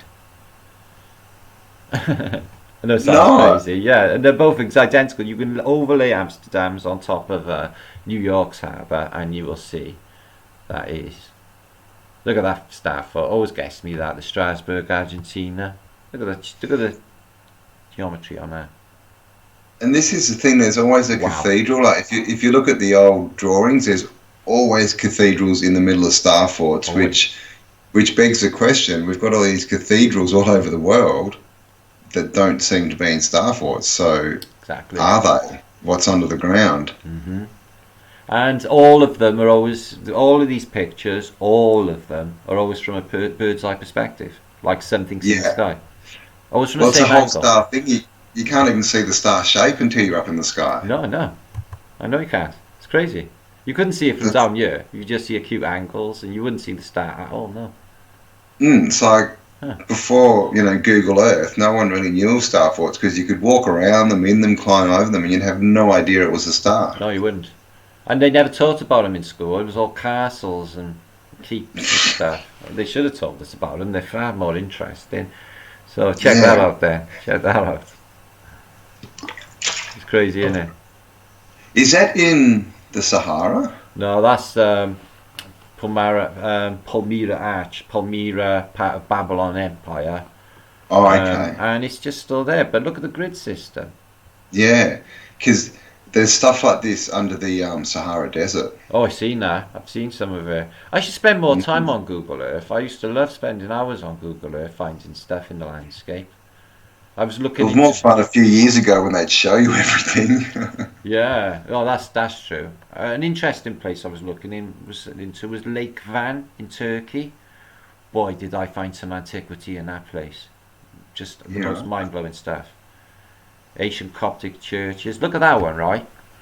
That's supposed to be. I got that sent to me from a subscriber. They had it in their house, and it's supposed to be an original English Civil War map of Oxford. Okay, so Wow. Oxford University and everything's inside, and they got all of this around the outside. So Star Fort. yeah, so even in the English Civil War, like 1660s, this thing's up and running. 1650s, this thing's up and running, and it's surrounding an entire university city because it's all the elite brats in there. But look, is that really, defendable? Because I'm not being funny. If I was a diver, I could go underwater in a little boat. I could slip through there, or slip through there, or slip through there, or there, or there, or there, or there, or there. Well, you think about it, doing all these angles, it doubles or triples the amount of people that you need to man it. If that was just a straight wall and this was like a square, you wouldn't, you'd need a quarter of the people than to try and fill all these walls on the outside. Wow, I never actually thought of that. You're so right. Yeah, but the manpower to Yeah. defend this is like 3 or 4 times as much. Yeah, you'd need each pinnacle or each promontory manned, and if it Yeah. was straight, you'd only need, dotted around. You'd need half the men or less. Exactly, because it also blocks out their line of view. Yeah. Sorry, I'm not sure what that is. Constantinople. Oh, these are just crazy. These are out of the Cosmographia 1300s. They show everywhere's got skyscrapers, and everywhere is supposed to be a far off antiquity in a hot country. It's got deciduous trees and a green countryside, like Jerusalem, for example. Yeah, it's just not desert. It's all beautifully green. Before the bombing. Somebody mentioned in my comments a couple of days ago about, like, we've always been trying to come to terms with this ordnance. We definitely think some other type of technology is going into these cannons, or the cannons are doing something else, right? And suggested, you know, uranium's definitely a thing, isn't it, Matt? I'm like, well, I guess so. The enrichment process seems to be a reality. They used them in the Gulf War, so I'm thinking to myself, they could have enriched uranium earlier on, and they could have put it in a cannonball or some sort of device like canisters, and they could have delivered that on a population, and they would suffer acute radiation sickness, which is very similar to flu. You know, you get the sores, you get the colds, you get the... You know. Well, we have the stories of Sodom and Gomorrah. Yeah. And people there started losing their hair and fingernails. And also with the Ark, if you got too close to the Ark of the Covenant, they took it to some city and put it on show, and everyone who walked past it and had a look ended up getting radiation sickness basically and dying. All their hair and fingernails fell out. Wow. And Lot's wife turned to stone, didn't she? She looked back when it exploded. Yeah. Yeah, Sodom and Gomorrah. And also, did you know that the Ark of the Covenant fits exactly in the sarcophagus of the Great Pyramid? Yes, exactly the same dimensions. What's the chances? Exactly. So it's like a power source for some kind of machine. Because that's what the Hebrews stole, wasn't it? They stole the power source and ran away for 40 years. Have you ever looked into what, you know, the mainstream say, like Graham Hancock will say, it's down in a tiny chapel in Ethiopia protected by a private army, and the guard, the priest that looks after it, he always gets cataracts and dies, and they replace him a few years later. Yeah, like once you go in you can never come out. Yeah, exactly. So I'm not sure. So these are just giants, obviously. They're all right through antiquity. I think they were here more recently. Look, they're just... There's a lot of 8-footers around in the 30s. There's still giants around now, no doubt about it. I've not seen too many. Michelle Gibson was saying that basketball was a bit of a cover for giants. That's interesting, because they're all absolutely humongous. They're giants, aren't they? They're definitely giants in Harlem Globetrotters. There's no doubt about it. Exactly. I mean, Shaquille O'Neal, that dude's over 7 foot, and he's not skinny. No, Shaq's a monster, isn't he? That's supposed to be fake, that is, but you know, we can't really say if it's real or not. But I think it would have made world news if it would have been. But he's not fake. He's a descendant 7 foot of Genghis Khan. Oh, is he? Yeah, that's a Tartar. He's in Ulaanbaatar. He's in Ulaanbaatar. So Mongolian capital. A lot of these leaders seem to have been giants, don't they? Alexander the Great was a giant, wasn't he? And yeah, Noah was a giant. He was supposed to be the last good giant. Og, I always say Oggy, don't I, in my Welshness. And Og as a giant apparently had a bit of a thing going on, a battle going on with his nemesis, who was Moses, who kicked a good kicking to Moses, because Moses was apparently a murdering psychopath.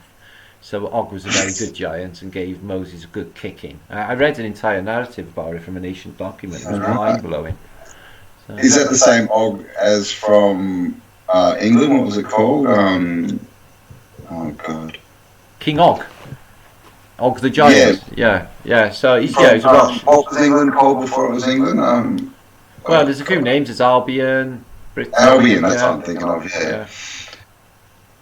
So, and that's different to Gog and Magog, isn't it? Who are the evil ones? Well, I think all of these biblical characters that you read about, you know, Noah was for sure a giant, and they say that Noah's Ark here, you know, this is from apparently a Masonic lodge dating back to the year 1593, showing the actual giant body of Adam. And I've seen other depictions in lead atlases where it's almost as if that they're bringing Adam, a giant, like a tomb, in the earth. But yeah, so Noah was a giant. That looks. Ham. That reminds me. Oh, sorry, I was just looking at that. It reminds me of the picture of Caligula's boat when they were transporting the obelisk from Egypt, apparently. Oh. To the Vatican. They use something like that, don't they? Yeah, it was very sort of similar. That's just, and they found also what's that old book, the Gilgamesh. Yeah, Epic of Gilgamesh, sure. Yeah, of course. They found him buried under a river, didn't they? Yeah. In a big box like that. Oh, yeah, that's a good one as well. Which is a bit like it. There's only 3 stories to it. But yeah, you see these books around in antiquity which show you beautiful giants in beautiful silks, like we think the Hyperboreans look like, because basically the book of Olaf Johnson, the Smoky Giant, states that their visits there to the Hyperborean, these giants were really, really nice people, very civilized, beautiful clothes, like you see here. I think that if they did come from anywhere, it would be the Hyperborean. Further north, we don't know what's north. We haven't got any idea what's going on up there, or anywhere in this place. We could be just like privy to 10% of what this place is, or even less. This place could be infinitely big, all we know. Yeah, well, exactly. All we know is what we see on the box, and that's just what the controllers want us to see. Yeah. There could be, in my mind, I'm a purveyor of, I think there's water above, and I think they're above the water dome. That I think is held in place by an acoustic frequency that comes off of Mount Meru, because you can keep water in stasis with a high frequency sound.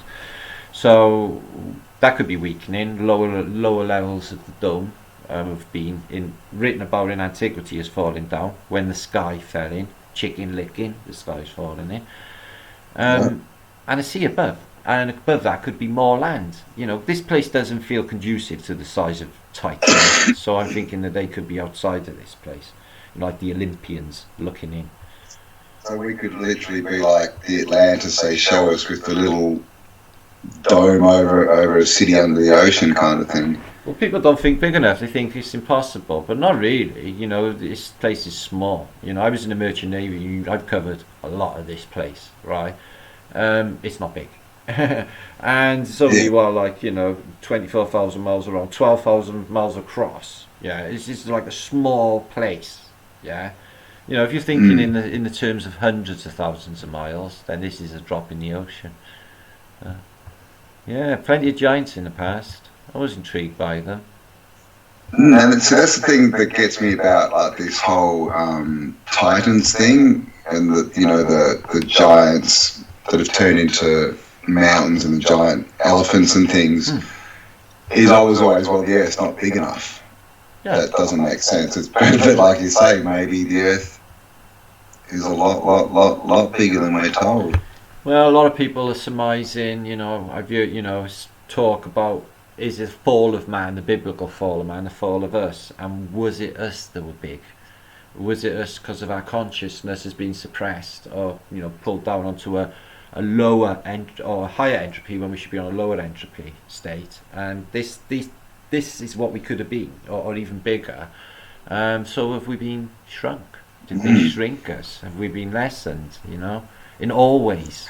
Now look, that's could be it's the food they feed us as well. I mean, it's all of it. It's a constant bombardment on all of our senses, through all of it, and it's all negative energy as well. The whole paradigm of what we've been taught with in schools and telly and everything, the way we think, is led to this state we're in now, and it's nothing to do with who we are at all, any of it, and it's not. It's really not. We don't need any of what they give us. Okay. No, they've just tricked us. And what about age? Do we die at before 100 because we believe humans can't, at 100's old? It's brainwashing. It is. Everybody 500's young, and we're just taught the wrong thing, and we're killing ourselves through our thoughts. We are killing ourselves through our thoughts. We are doing that. They are giving us like birthdays. You blow out a certain amount of candles every birthday, and they keep telling you got to be a certain way when you're a certain age. If you're 50, you should be like this. You should be like that. They tell you got X amount of time. This is what you should be doing, and everything is. It's like no, you shouldn't. You don't. If you didn't listen to any of that, and I think aging can be reversed because if it's a mental process, which it is, then it can be reversed. Levi of British Sub came out with in the last week or so. He's convinced that. Every time you look in the mirror, it ages you.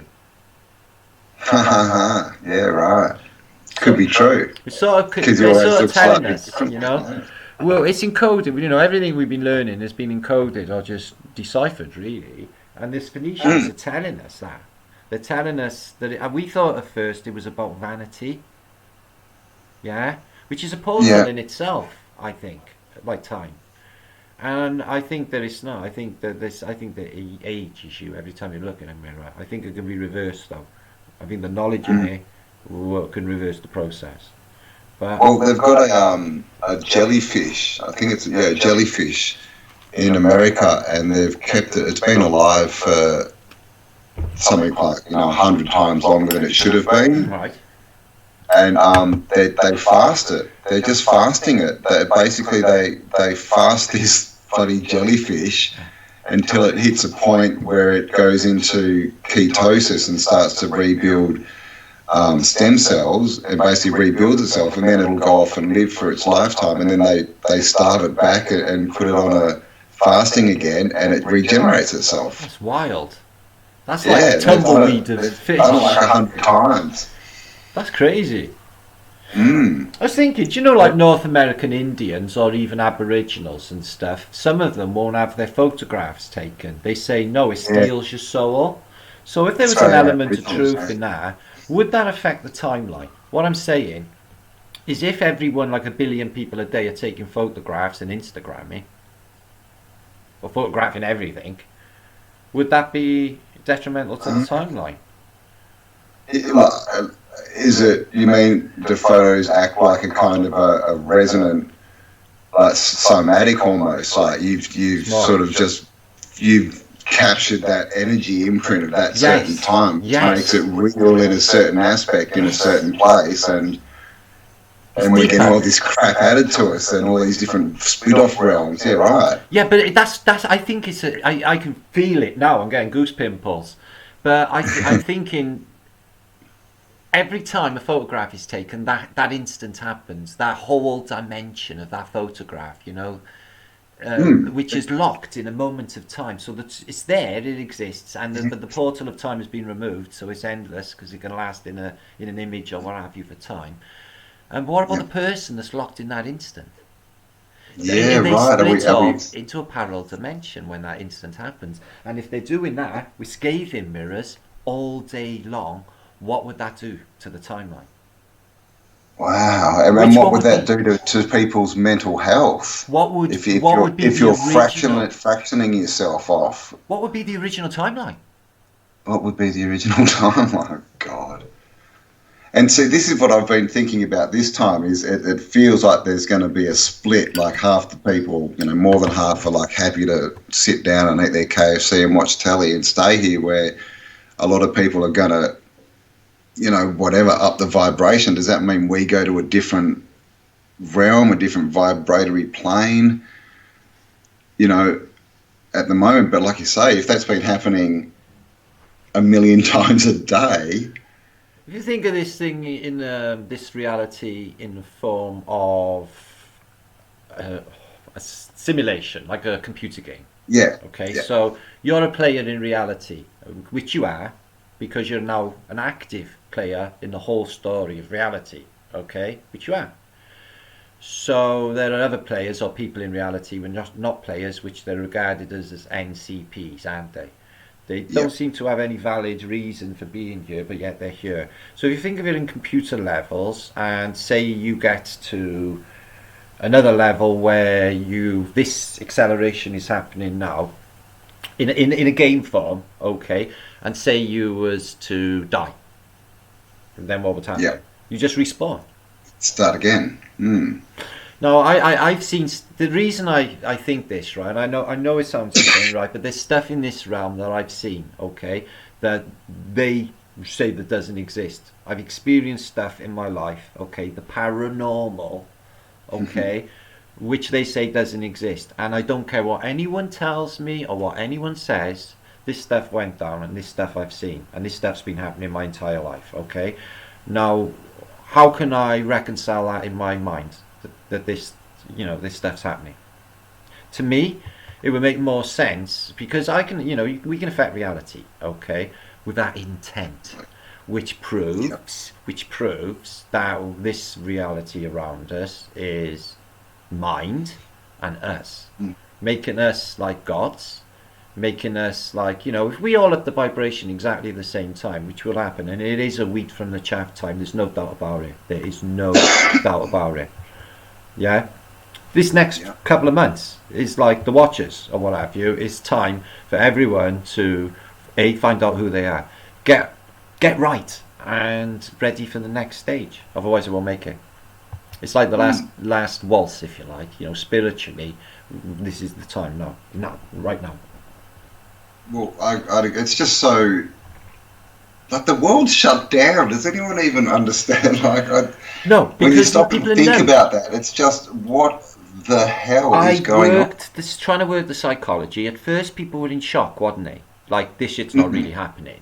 And then it evolved into everyone's getting, like in my area, they're getting a bit angry, frustrated, not trusting the government, wanting answers. Yep. Yeah, and now you've got all this trouble in America. In my community, everyone knows this is a psyop because they don't think like that around you. So, I honestly think if we are going to talk about that, what's happening, I think that was just the intro. That was them testing. I think they come up trumps. They got everything they wanted. They got the whole of humanity locked down. Nobody played up too much outside of when they wanted them to, controlled with their people, their armies, their police forces. And now they know that they can just pull anything on us at any time. Yeah? That's why I worried about this week. I get this anomalous phone call. People suggest, government suggesting I might have any mental health problems. Last week I read a document which states in their protocols that if you are not rational or mentally equipped to be safe in the community concerning an infection, so if I'm not rational, I could infect people, then they could remove you from your house and take you somewhere. Jeez, somewhere. So, there's like, even not towing the party line, or not consenting, or not complying, or even doing what we do now, maybe they could just bring in an insane draconian law overnight saying that anybody who's not with this, it's clearly insane. The proof is there, That's what they'll do. I mean, they could try it. Look at antiquity, look what we see, the insane asylums are always the biggest buildings in the city. This is why I'm thinking this. This is why I posted about it, and this is why I know they do this. And and a lot of these people in these insane asylums, they weren't insane. Some of them were just in there for being poor. Yeah, definitely. Single mothers and all types of stuff. Yeah. Just poor. And there was that shaman who went into a mental health ward a few years ago, and he went in and he looked at the nurse, or she took him in to say, can you give us any advice? And he said, well, in my culture, these people are the healers. What are they locked up here for?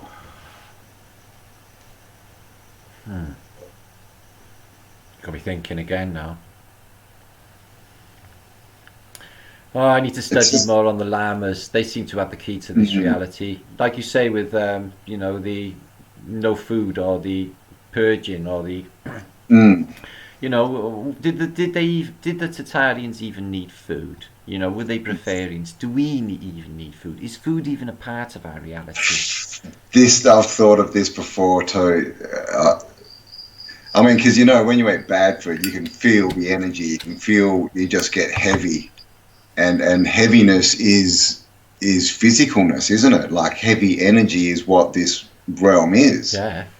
It's the heavy solidified energy, and so the more heavy food you eat, that seems to make you feel a bit more solid, doesn't it? And a bit more heavy. Terrible.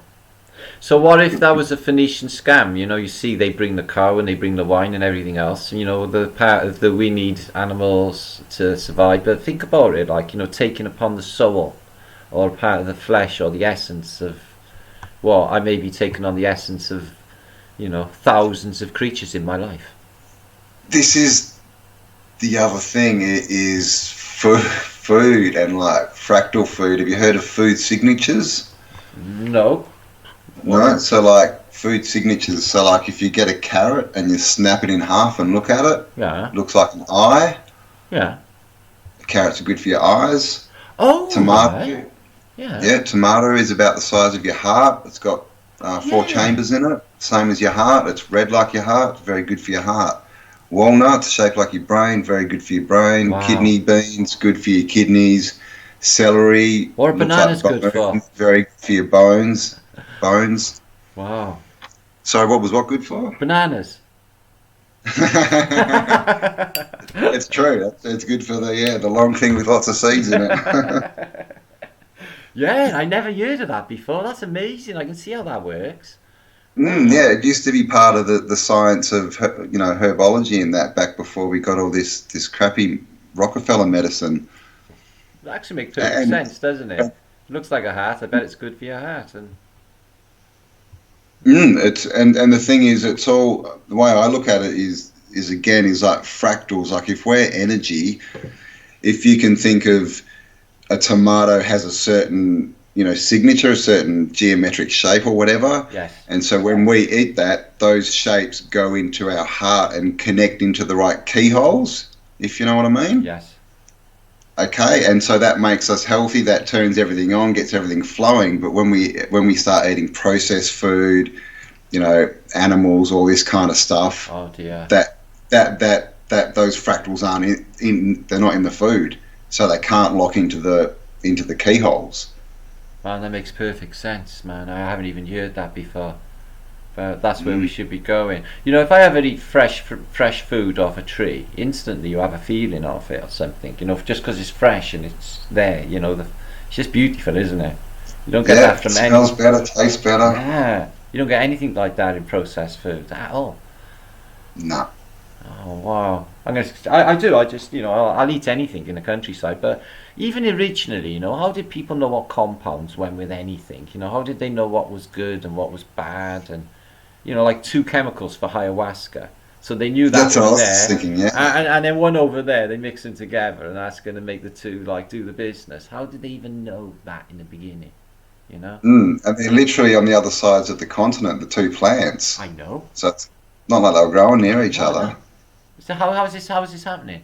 That's got to be chemistry, because when you look at the chemicals in there, one's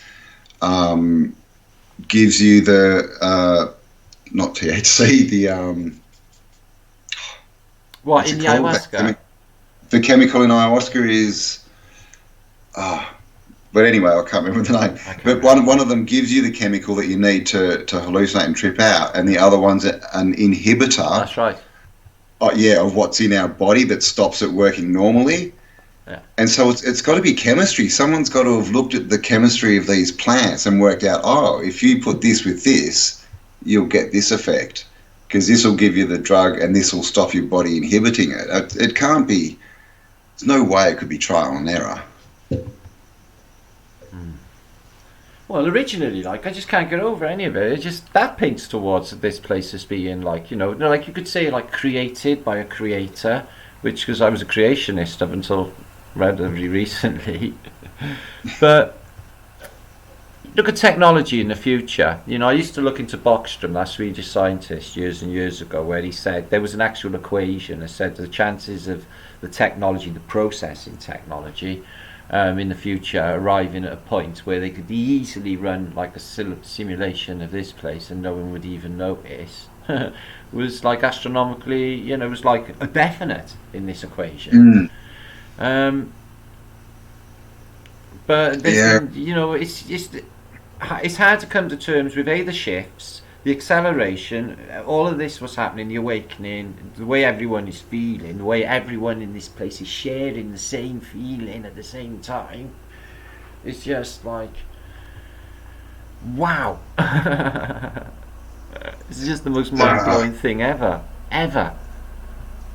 It's a strange place. I just keep feeling that something fantastic and wonderful is going to come out from here. Although I don't know why I keep feeling that. I've never been bugged about it. I know it's a terrible darkness that's fallen upon everything. You know, we've just found ourselves in the worst Marxist dictatorship imaginable. This is Pol Pot on acid, on steroids. This is the worst. And we haven't even got a taste of what they're going to do yet. And I know the way this is going to go. You read 1984, haven't you? Yeah. So you know the way this is going. You know, you got like grasses now. So like after 9/11, it was just everyone hating on the Muslims. Okay, now everyone's paranoid, and the worst type of paranoia. You can get me killed and my children killed. So paranoia, suspicion, between everybody. Look at that in Chicago World's Fair. Have you seen that? That's mad, isn't it? Bigger than the London's Eye. It was biggest. I think this is the key as well. I think that they have these in all like big cities, in Hamburg, in London. You'll see a Ferris wheel. These are almost like train carriages. They're massive. Imagine if this was picking up a train carriage and taking it up to the top, and it was getting picked up by a Zeppelin and flown off somewhere. Right. See this, sure. I got a photograph of this, right, where there's like about 5% of it left. Everything you see in that picture is destroyed by fire. They destroyed the Chicago Exposition. They've destroyed many expositions by fire. And that's not the Chicago fire, that's a separate fire. And I mean, when you look at that site, right, this is like a nuclear bomber city. There's just 10% of it left, this bit here, and a bit of this gantry. And everything else is completely flattened. That there's not there. Nothing is there. I mean, the amount of molten metal that must have gone on the ground if that got melted would be ridiculous. Just the fact that they're supposed to be, just fire is supposed to be able to take out steel. Well, 911. And glass. I'd like to see this carried out in the modern day. So. Oh, that's them cutting the food source of the Native American Indians. That's bison. Oh, is that the bison? Oh, God. Yeah. Way to get rid of the people, isn't it? Is cut their food supply. You know, that's how you deplete the population. So that's what they're going to do. That's definitely on the cards. That's what's happening now. Yeah. Food shortages. This is the madness. There's nothing being produced and no one seems to care. They will care, because that's when the trouble is going to hit. When the food runs out, people get really nasty about things. I don't think that's there. Hell? I don't think it's there. It's apparently, right, I got loads of photographs of the building of the Statue of Liberty. They build it all over in different places in New York, and then they put it on barges, and they build it then on a Starfort, Fort Wood, out in Jersey Bay. Okay, that's the story, the narrative. But like UAP looked into it, I've looked into it. There's maybe 6 photographs of its first, building. Nothing of it being built that's trustworthy. When it opens, 2, maybe 3 really rubbish pictures and nothing about it.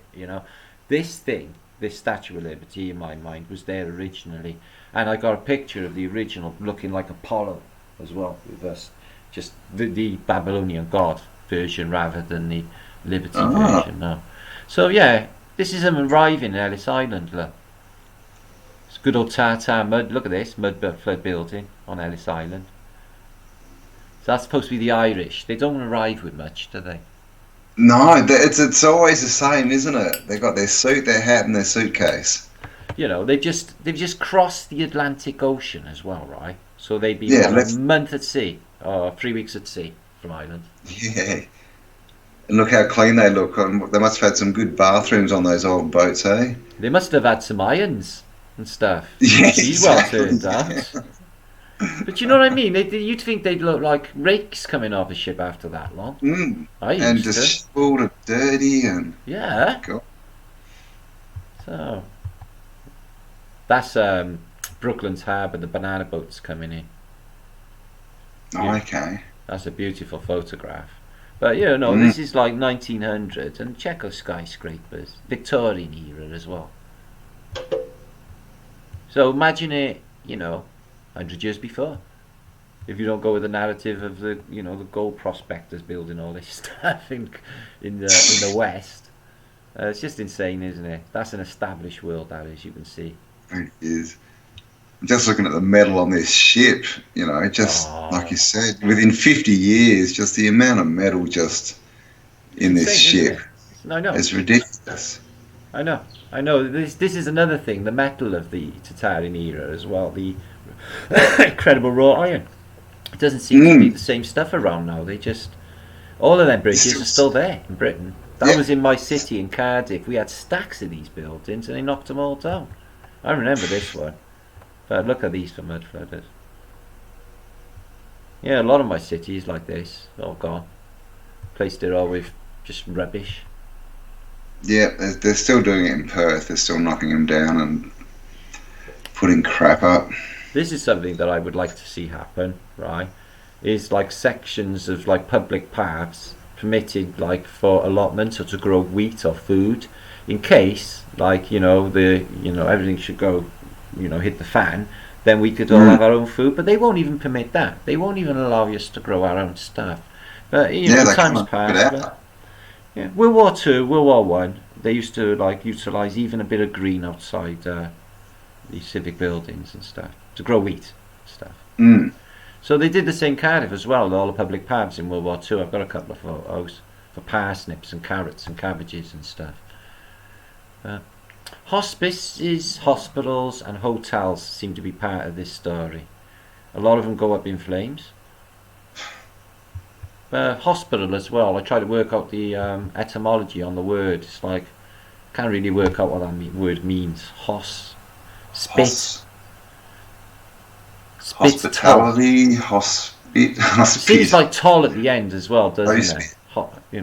Hospital seems a toll at the end.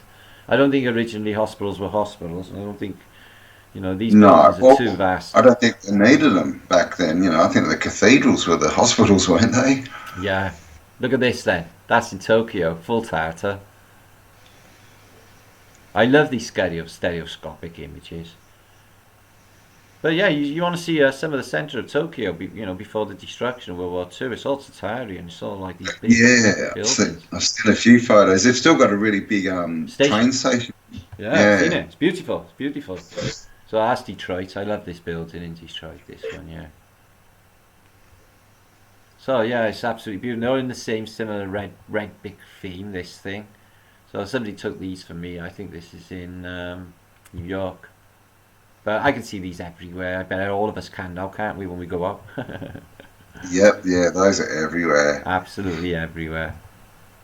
So, yeah, before and afters. This is like San Francisco, something I'm obsessed with. I can't stop, watching videos and looking into this. It just blows my mind to think this was what it looked like in 1900. 6 years later, everything's in dust. Everything is literally small stones. Except for part of this. It's huge. It looks a little bit like the library in Oxford. Is it Ottawa, Canada? Have you seen the one in Canada? Yeah, definitely. It looks like the one in Ottawa. It looks like the one in Cambridge called in Oxford called the Oxford Camera, and it's exactly the same style. And I was wondering whether there was something more going on with these, because these are supposed to be libraries, right? Yeah. But they're in a circular way. There's something different going on with these. Something definite. And the rotunders I'm talking about, there's just something going on about them. They're in islands. I've seen stacks of these, and they're all ornamental, beautiful, like little cakes. So there it is, 1900. That's a beautiful Tartarian slab. Half of it missing somewhere below ground level. And there it is, 1906. Just like a nuke. Sorry, it's not a big shot, but better. Like a nuke has hit it, if they were a thing. Yeah, yeah. So yeah, there's stations as well, like Penn Street Station. Yeah. I've seen that one. I've done a vid on that one. That's ridiculous, that building. Yeah, it's just temples all the way around. So it's just this, like, literally insane amount of temples. How many columns are here anyway? Just wow. Didn't last long though, did it? No. Why bother building it? Same as and that. Why bother building that? It'd take more work to bloody take these things down almost than to build them. There was. I done a vlog on it. It cost like you had to plow a load more money in to take this thing down, because he said that it was one of the hardest buildings ever to demolish, because it was full of like iron and old technology. I've got like a vlog on one of these American hotels, and it's called the Hotel Machine, and it all just shows you all the steam power and all the machines underneath, and so Wow. yeah, the Waldorf Astoria, they knocked that down. Tesla lived in there when it was looking like that. Yeah. Free energy building, and he knocked it down, and they built the Empire State Building on its footprint, and it's on 5th Avenue and 33rd Street. So, yeah, I know. So yeah, Madison Square Gardens, gotta be older. It's no doubt about it. Look at it. And why does it look like it's in Venice? Same windows, everything. Yep. Yeah. A bit of and hippodromes. Because in the Roman version of hippodromes, there's a bit of a story to it. We think these are something as well. You know, it's because of the name, the drone, the hippodrome. What does it mean? But look at it. What the hell is that? That thing. And look at the doors, all below ground level, and windows. Portals. And also theme parks. What were theme parks? You know, like the Luna parks and stuff. Something with them as well. And fairgrounds as well. The fairgrounds of all. They hark back to something else. They're all lower vibration. They're all based on horror. They're all dark. You know, Ghost Train, etc. They're dangerous. Yeah. They're not nice places. You always get ripped off and throw up anyway. And it's a fair. You've got to pay a fare. So you go to a fairground, but a fair is paying something, isn't it? Or it's fair as in fair. I don't know. I think there's more going on with fairgrounds. I think they were sinister places to grab kids in the past. Is what I think. Yes. Maybe. Or something sinister, because they're always evil places, aren't they? They're not nice. Yeah, it's a good point. So do you know what that is? That was in Detroit between 1871 and 1961. Was a moonlight tower, which had halogen lamps on it. Oh. They used them in America for quite some time, so they would illuminate the entire central square using like strong halogen lamps. They were called moonlight towers. Good. Wow, back then they had halogen lamps. I did not know that. Yeah, from 1871. Then I've done vlogs on them as well. Yeah, they were using them, and this was a similar time they were using a thing called limelight in theatres, which was basically hydrogen being burnt for a light, and it gave off a shallow green colour. So yeah, right. The Washington Capitol building. So look at that, Galveston, Texas. Beautiful little Tartar building.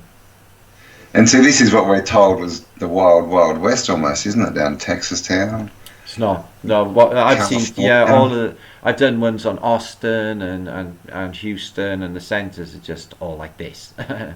And there's Portland. Portland is beautiful. Look at it. It's just all like that. Portland's all the architecture.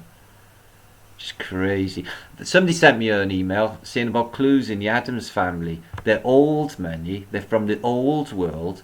The doorman Lurch is a giant. They use free energy because Uncle Fester lights out like bulbs in his mouth. Yeah. Yeah. And if you just like, there's so many clues on the Addams family, and there is as well. Yeah, it says anyway in the narrative they're based on old money, so I think they mean old world. They're in a Tartarian house. So yeah, Portland's exposition also destroyed. Portland had a terrible fire. Most of these cities had fires in America. I'm sure if you follow all of this, definitely know. I was looking into Spokane a couple of days ago. I've already done a vlog on it, but somebody mentioned, I'm from Spokane, it's got great architecture. I said, did you know your city was completely destroyed by fire? They were like, no. I didn't know anything about that. I'm just trying to move my screen down, blocking my way into my pictures. What's the time here? It's nearly 11 o'clock, 12 o'clock my end. What's the time your end? Yeah. How are you doing? Do you want to... I'm for a little bit more. Just like my phone's going like the clappers. I saw my family and everything, my son.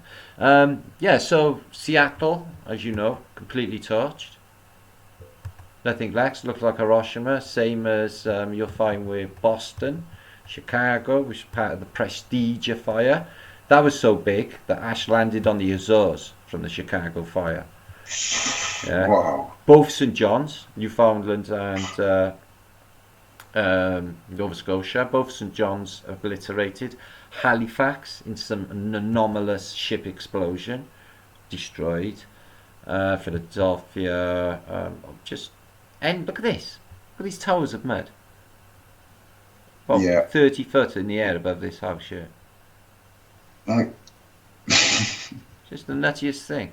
where did it come from? It's the part of this leveling of, like, they say that they've done it to Chicago. They literally tell you that they have men jacking up giant department stores with jacks in the mud. Right, all right, whatever. Yeah. Seattle, I got pictures of them here as well, where they literally level the city, they say, by removing hills. They did the same with Kansas City, but in the photographs, the buildings are ancient and already there. So there it The is. regrading, yeah. There's that like St Mary's Church or whatever as well, isn't there? Just sitting up on a bit of dirt. So is that a totem pole? Yeah, this is interesting, that one there. You've noticed that. So that's in the centre of the square, and they got a proper Indian totem pole. I would say that was an original left there, from when this was probably, you know, that could be ancient, couldn't it? It could be very ancient, and it's very big, very obelisk-like. You know, look at the width for that. That's like an oak tree wide compared to that person. It's like massive, big, it's huge. And look at the doors on these here as well. See, I got buildings that look identical to that. Everyone has in their cities. They use the same architecture, same windows, same theme. Yep, it's all the same. So it's got to be, you know, the whole geometry of it has got to be. It's got to have some meaning because everything's completely symmetrical. Always the same shaped windows, the same porticos, the same pillars, the same everything. It's just insane level of destruction and. You know, it's just, I think to myself, what? Like, so all American cities are completely destroyed for this type of architecture. And see, this is what gets me as well, is we've got all these destroyed cities, but then in all these cities, we still seem to have old buildings, like a lot of old buildings. Yeah, well, they selected, some of them were like financial districts and stuff, like all of this was in Seattle was the seafront, so it was like, you know, maybe 20 blocks in, and then you get like all of this part of the city which would be unaffected. So maybe one or two get revamped. I see what you mean though, but yeah, you can see, and you find it with all the cities, it's not like maximum destruction, you know, but some of them were, some of them just some of those photos you see, it looks like they've just been carpet bombed, and then you see the cities today and they look full of these Tartarian buildings, and you sort of go, well, when did they build them? Did they get destroyed and rebuilt up? Is someone playing with the timeline here? You know, how do you reconcile that sort of destruction for, you know, a fire? And that's an entire city. This is Boston, yeah? Exactly the same period. I think Boston was 1871. All of these are all in like literally the same decade, if you like, where they're all destroyed. You don't see the same thing in the modern day. You don't see an American city destroyed in the modern day by a random fire. You don't see these things happen in the same scale in Europe at the same time as random cities going up. Maybe Paris did, 1871, yeah it did, same year as this as well. Paris went up in flames in what was supposed to be an insurrection or a war. Franco-Prussian War. Oh, yeah. I've seen those pics. And most of these fires, they tell you they were started, you know, in a rubbish bin, or if someone was cooking a sausage or something, and it burnt the whole city of brick down. But we have 911 where jets full of jet fuel fly into a building, set it on fire, yet nothing else is touched. Yeah, no. Yeah, it's just insane for the level of destruction. And it all bullshit narrative. I've never heard one good story. I think you just nailed it. I think, you know, the cow hit over a pot, and the pot, you know, was unattended or something. You know, they just make up absolute rubbish every time. But it's ridiculous. Look at the size of these buildings as well. Like, you know, they're all like in Victorian clobber, and they're like 4 or 5 story masonettes. Just beautiful houses. See that building there? Yeah. That is incredible. What is that? I usually mag up and check the backgrounds to see if there's bricks and doors blocked up to see if it's. Within them. So yeah, it's vast scale destruction in Boston, as well as you name it. Yeah, I know, right? It's everywhere. Yeah, Kansas City had a leveling, which is one of the most insane outside of, I guess, outside of Seattle. But look at this architecture. I love these shroppy images. They are absolutely beautiful. Look at the size of these So people. clear. Look at that in there. Wow.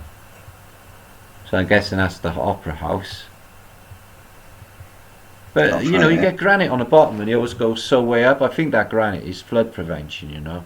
And I think the upper level windows are for entries. You know, when, you know, if you can imagine like the water comes up this level, so they can walk in there off a boat, or if it came up this high to this level, they can just pull up and go through there.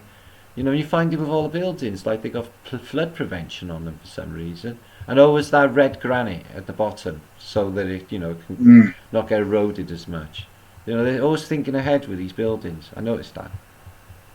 So, get on a bit. So, definitely built for good, weren't they? Yeah, look at that for amazingness. When are they ever going to build that in the modern day? So yeah, this one got destroyed as well. Terrible destruction of. Oh, sorry, that's the underground in Paris. Yeah.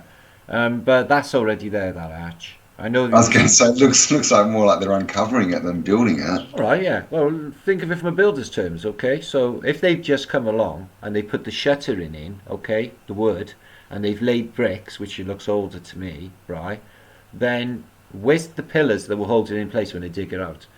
To build a column like this, you have to have walls retaining either side, and then this over the top. That's how it works. Yep. You can't start from the top, work down, because there's nothing to hold it. You see what I'm saying, can't you? Yeah, definitely. So that makes no sense. So that thing's there already. They just like, you can see old walls here as well. Looks like that's almost like a window or something. Yeah, I've got some of these where you can see like they're pulling concrete out and old, just ancient stuff from where the underground was already older. So yeah, they've leveled many cities. This is Kansas. But you know, this building, you're mud that high, okay? So which came first, the mud or the building? You know, that makes no sense to me because there's no like stone in this. This is earth. So this is weird. The leveling, they say in the narrative. What you see is mud up to these windows this high, and they had a fire department. They were really nice, their fire pumps. I don't think they were up to much, but they were really, really nice. Yeah, they were great, but everyone was just standing and posing next to them. I don't think they knew how to use them. God. But it also shows you like what we could be looking at in cities when you see the height of that mud.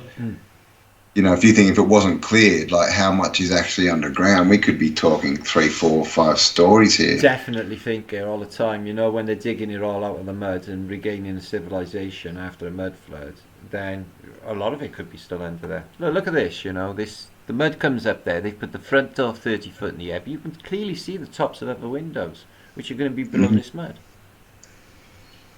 You know, so. And it just makes no sense to put doors up in the air unsafe. You put them on ground level, where you can walk in and out and not fall down the stairs and break your neck in the morning when you're half asleep. So yeah, that's the official narrative for it anyway. Is it's a leveling, where you see an older civilization. Look at it, absolutely stunning. But always stairs going up, giant doors for bigger people. I got a helicopter now coming. Police helicopter. It's always over my area. So that's that stone quarry I looked into as well, which has got not producing stone at that period. In America, yeah, right. No. Barry stone and Hardwick stone I looked into, and they were supposed to be in the suppliers for all of this area. So. Yeah, it's the same in Perth. We've got one quarry way down hundreds of kilometres from Fremantle, and it was supposed to supply all the stone. And this quarry, it's the stupidest. It's just like a little bit of a rock that someone's hit with a pick. There's nothing there. So there, I've stopped sharing screen now, I think, have I? You have, we're going back to your thing. There I am. Cool. There you go. I can pack it in soon. My back's in half. I need a cup of coffee. Yeah, no, well, it's midnight where you are too, isn't it? Yes. And what's the time your end? I think 6. Oh no, 7 in the morning. What time did you get? At 4 o'clock, 3:30. 4, yeah. God, that was what, 3 hours. Wow. You're going to be knackered all day now and feeling sleepy. I might have to go back to bed. I does it. I've gone back to bed for an hour, and then get up and being all right again. Yeah, it's worth a go. I think I'm feeling starting to die quickly. I think. Yeah, I feel like that. It's the other end of the day for me, and I'm a bit stoned anyway. I had a bit of the OG cushion, so that was nice. Nice. Love a bit of OG. Yes. Might have to have one and go to bed. Oh, there was lovely talking to you, Campbell. I'm glad to have hooked up with you at last. Definitely, yeah. Good to chat. I really like where you're coming from, where your work and all of that. You know, you're not about ego and all of that and bigging yourself and none of that. You just does your thing. I love all that. That's just the way it should be, really. You know? Cheers, mate. Yeah, cheers. man. And your truth's good. You know, keep it clean and it's proper. I love it. So, yeah, full support. Yeah, I'll check this out now and I'll upload it and then you can download it off me, I suppose. Is it? Yeah. Sounds good. Yeah. I've put it up and everyone's been yelling, where's this interview? Where's this interview? I know. I seen the comments, don't worry. When's this happening? They were very excited. I know my peeps were too. It's brilliant. Yeah. It's the same peeps anyway in both chats. Yeah, a lot of them, exactly, yeah. So it's good, Anyway. Alright then, I'm here, Campbell, you want to look up and have a chat? I'm here, I'm about. We're on Skype now, brother. Yep, definitely, mate. I'll be in touch. All right, have a good sleep, mate. Dream well. Yeah, I'm gonna. I should sleep all right tonight. I've walked about 20 miles today. So 5 hours I walked. 5 hours. Jeez, you're doing well. Yeah, I got to get the exercise in, mate. Keep fit. I know. I'm feeling a bit fat at the moment. I need to get out. You got to get out, mate. You got to get fit because that's where gets like in a rut. You can't do that. Exactly. Get the energy flowing. Yeah, man, exactly. Get grounded. Feel that earth underneath you. Awesome. All right, well, awesome to chat to you, mate. And send me that link and we'll get it up. All right, no stab, brother. Talk soon, yeah? All right. Talk to you soon. Dream well, mate. Yeah, and you. No stab, bro. See ya. See ya.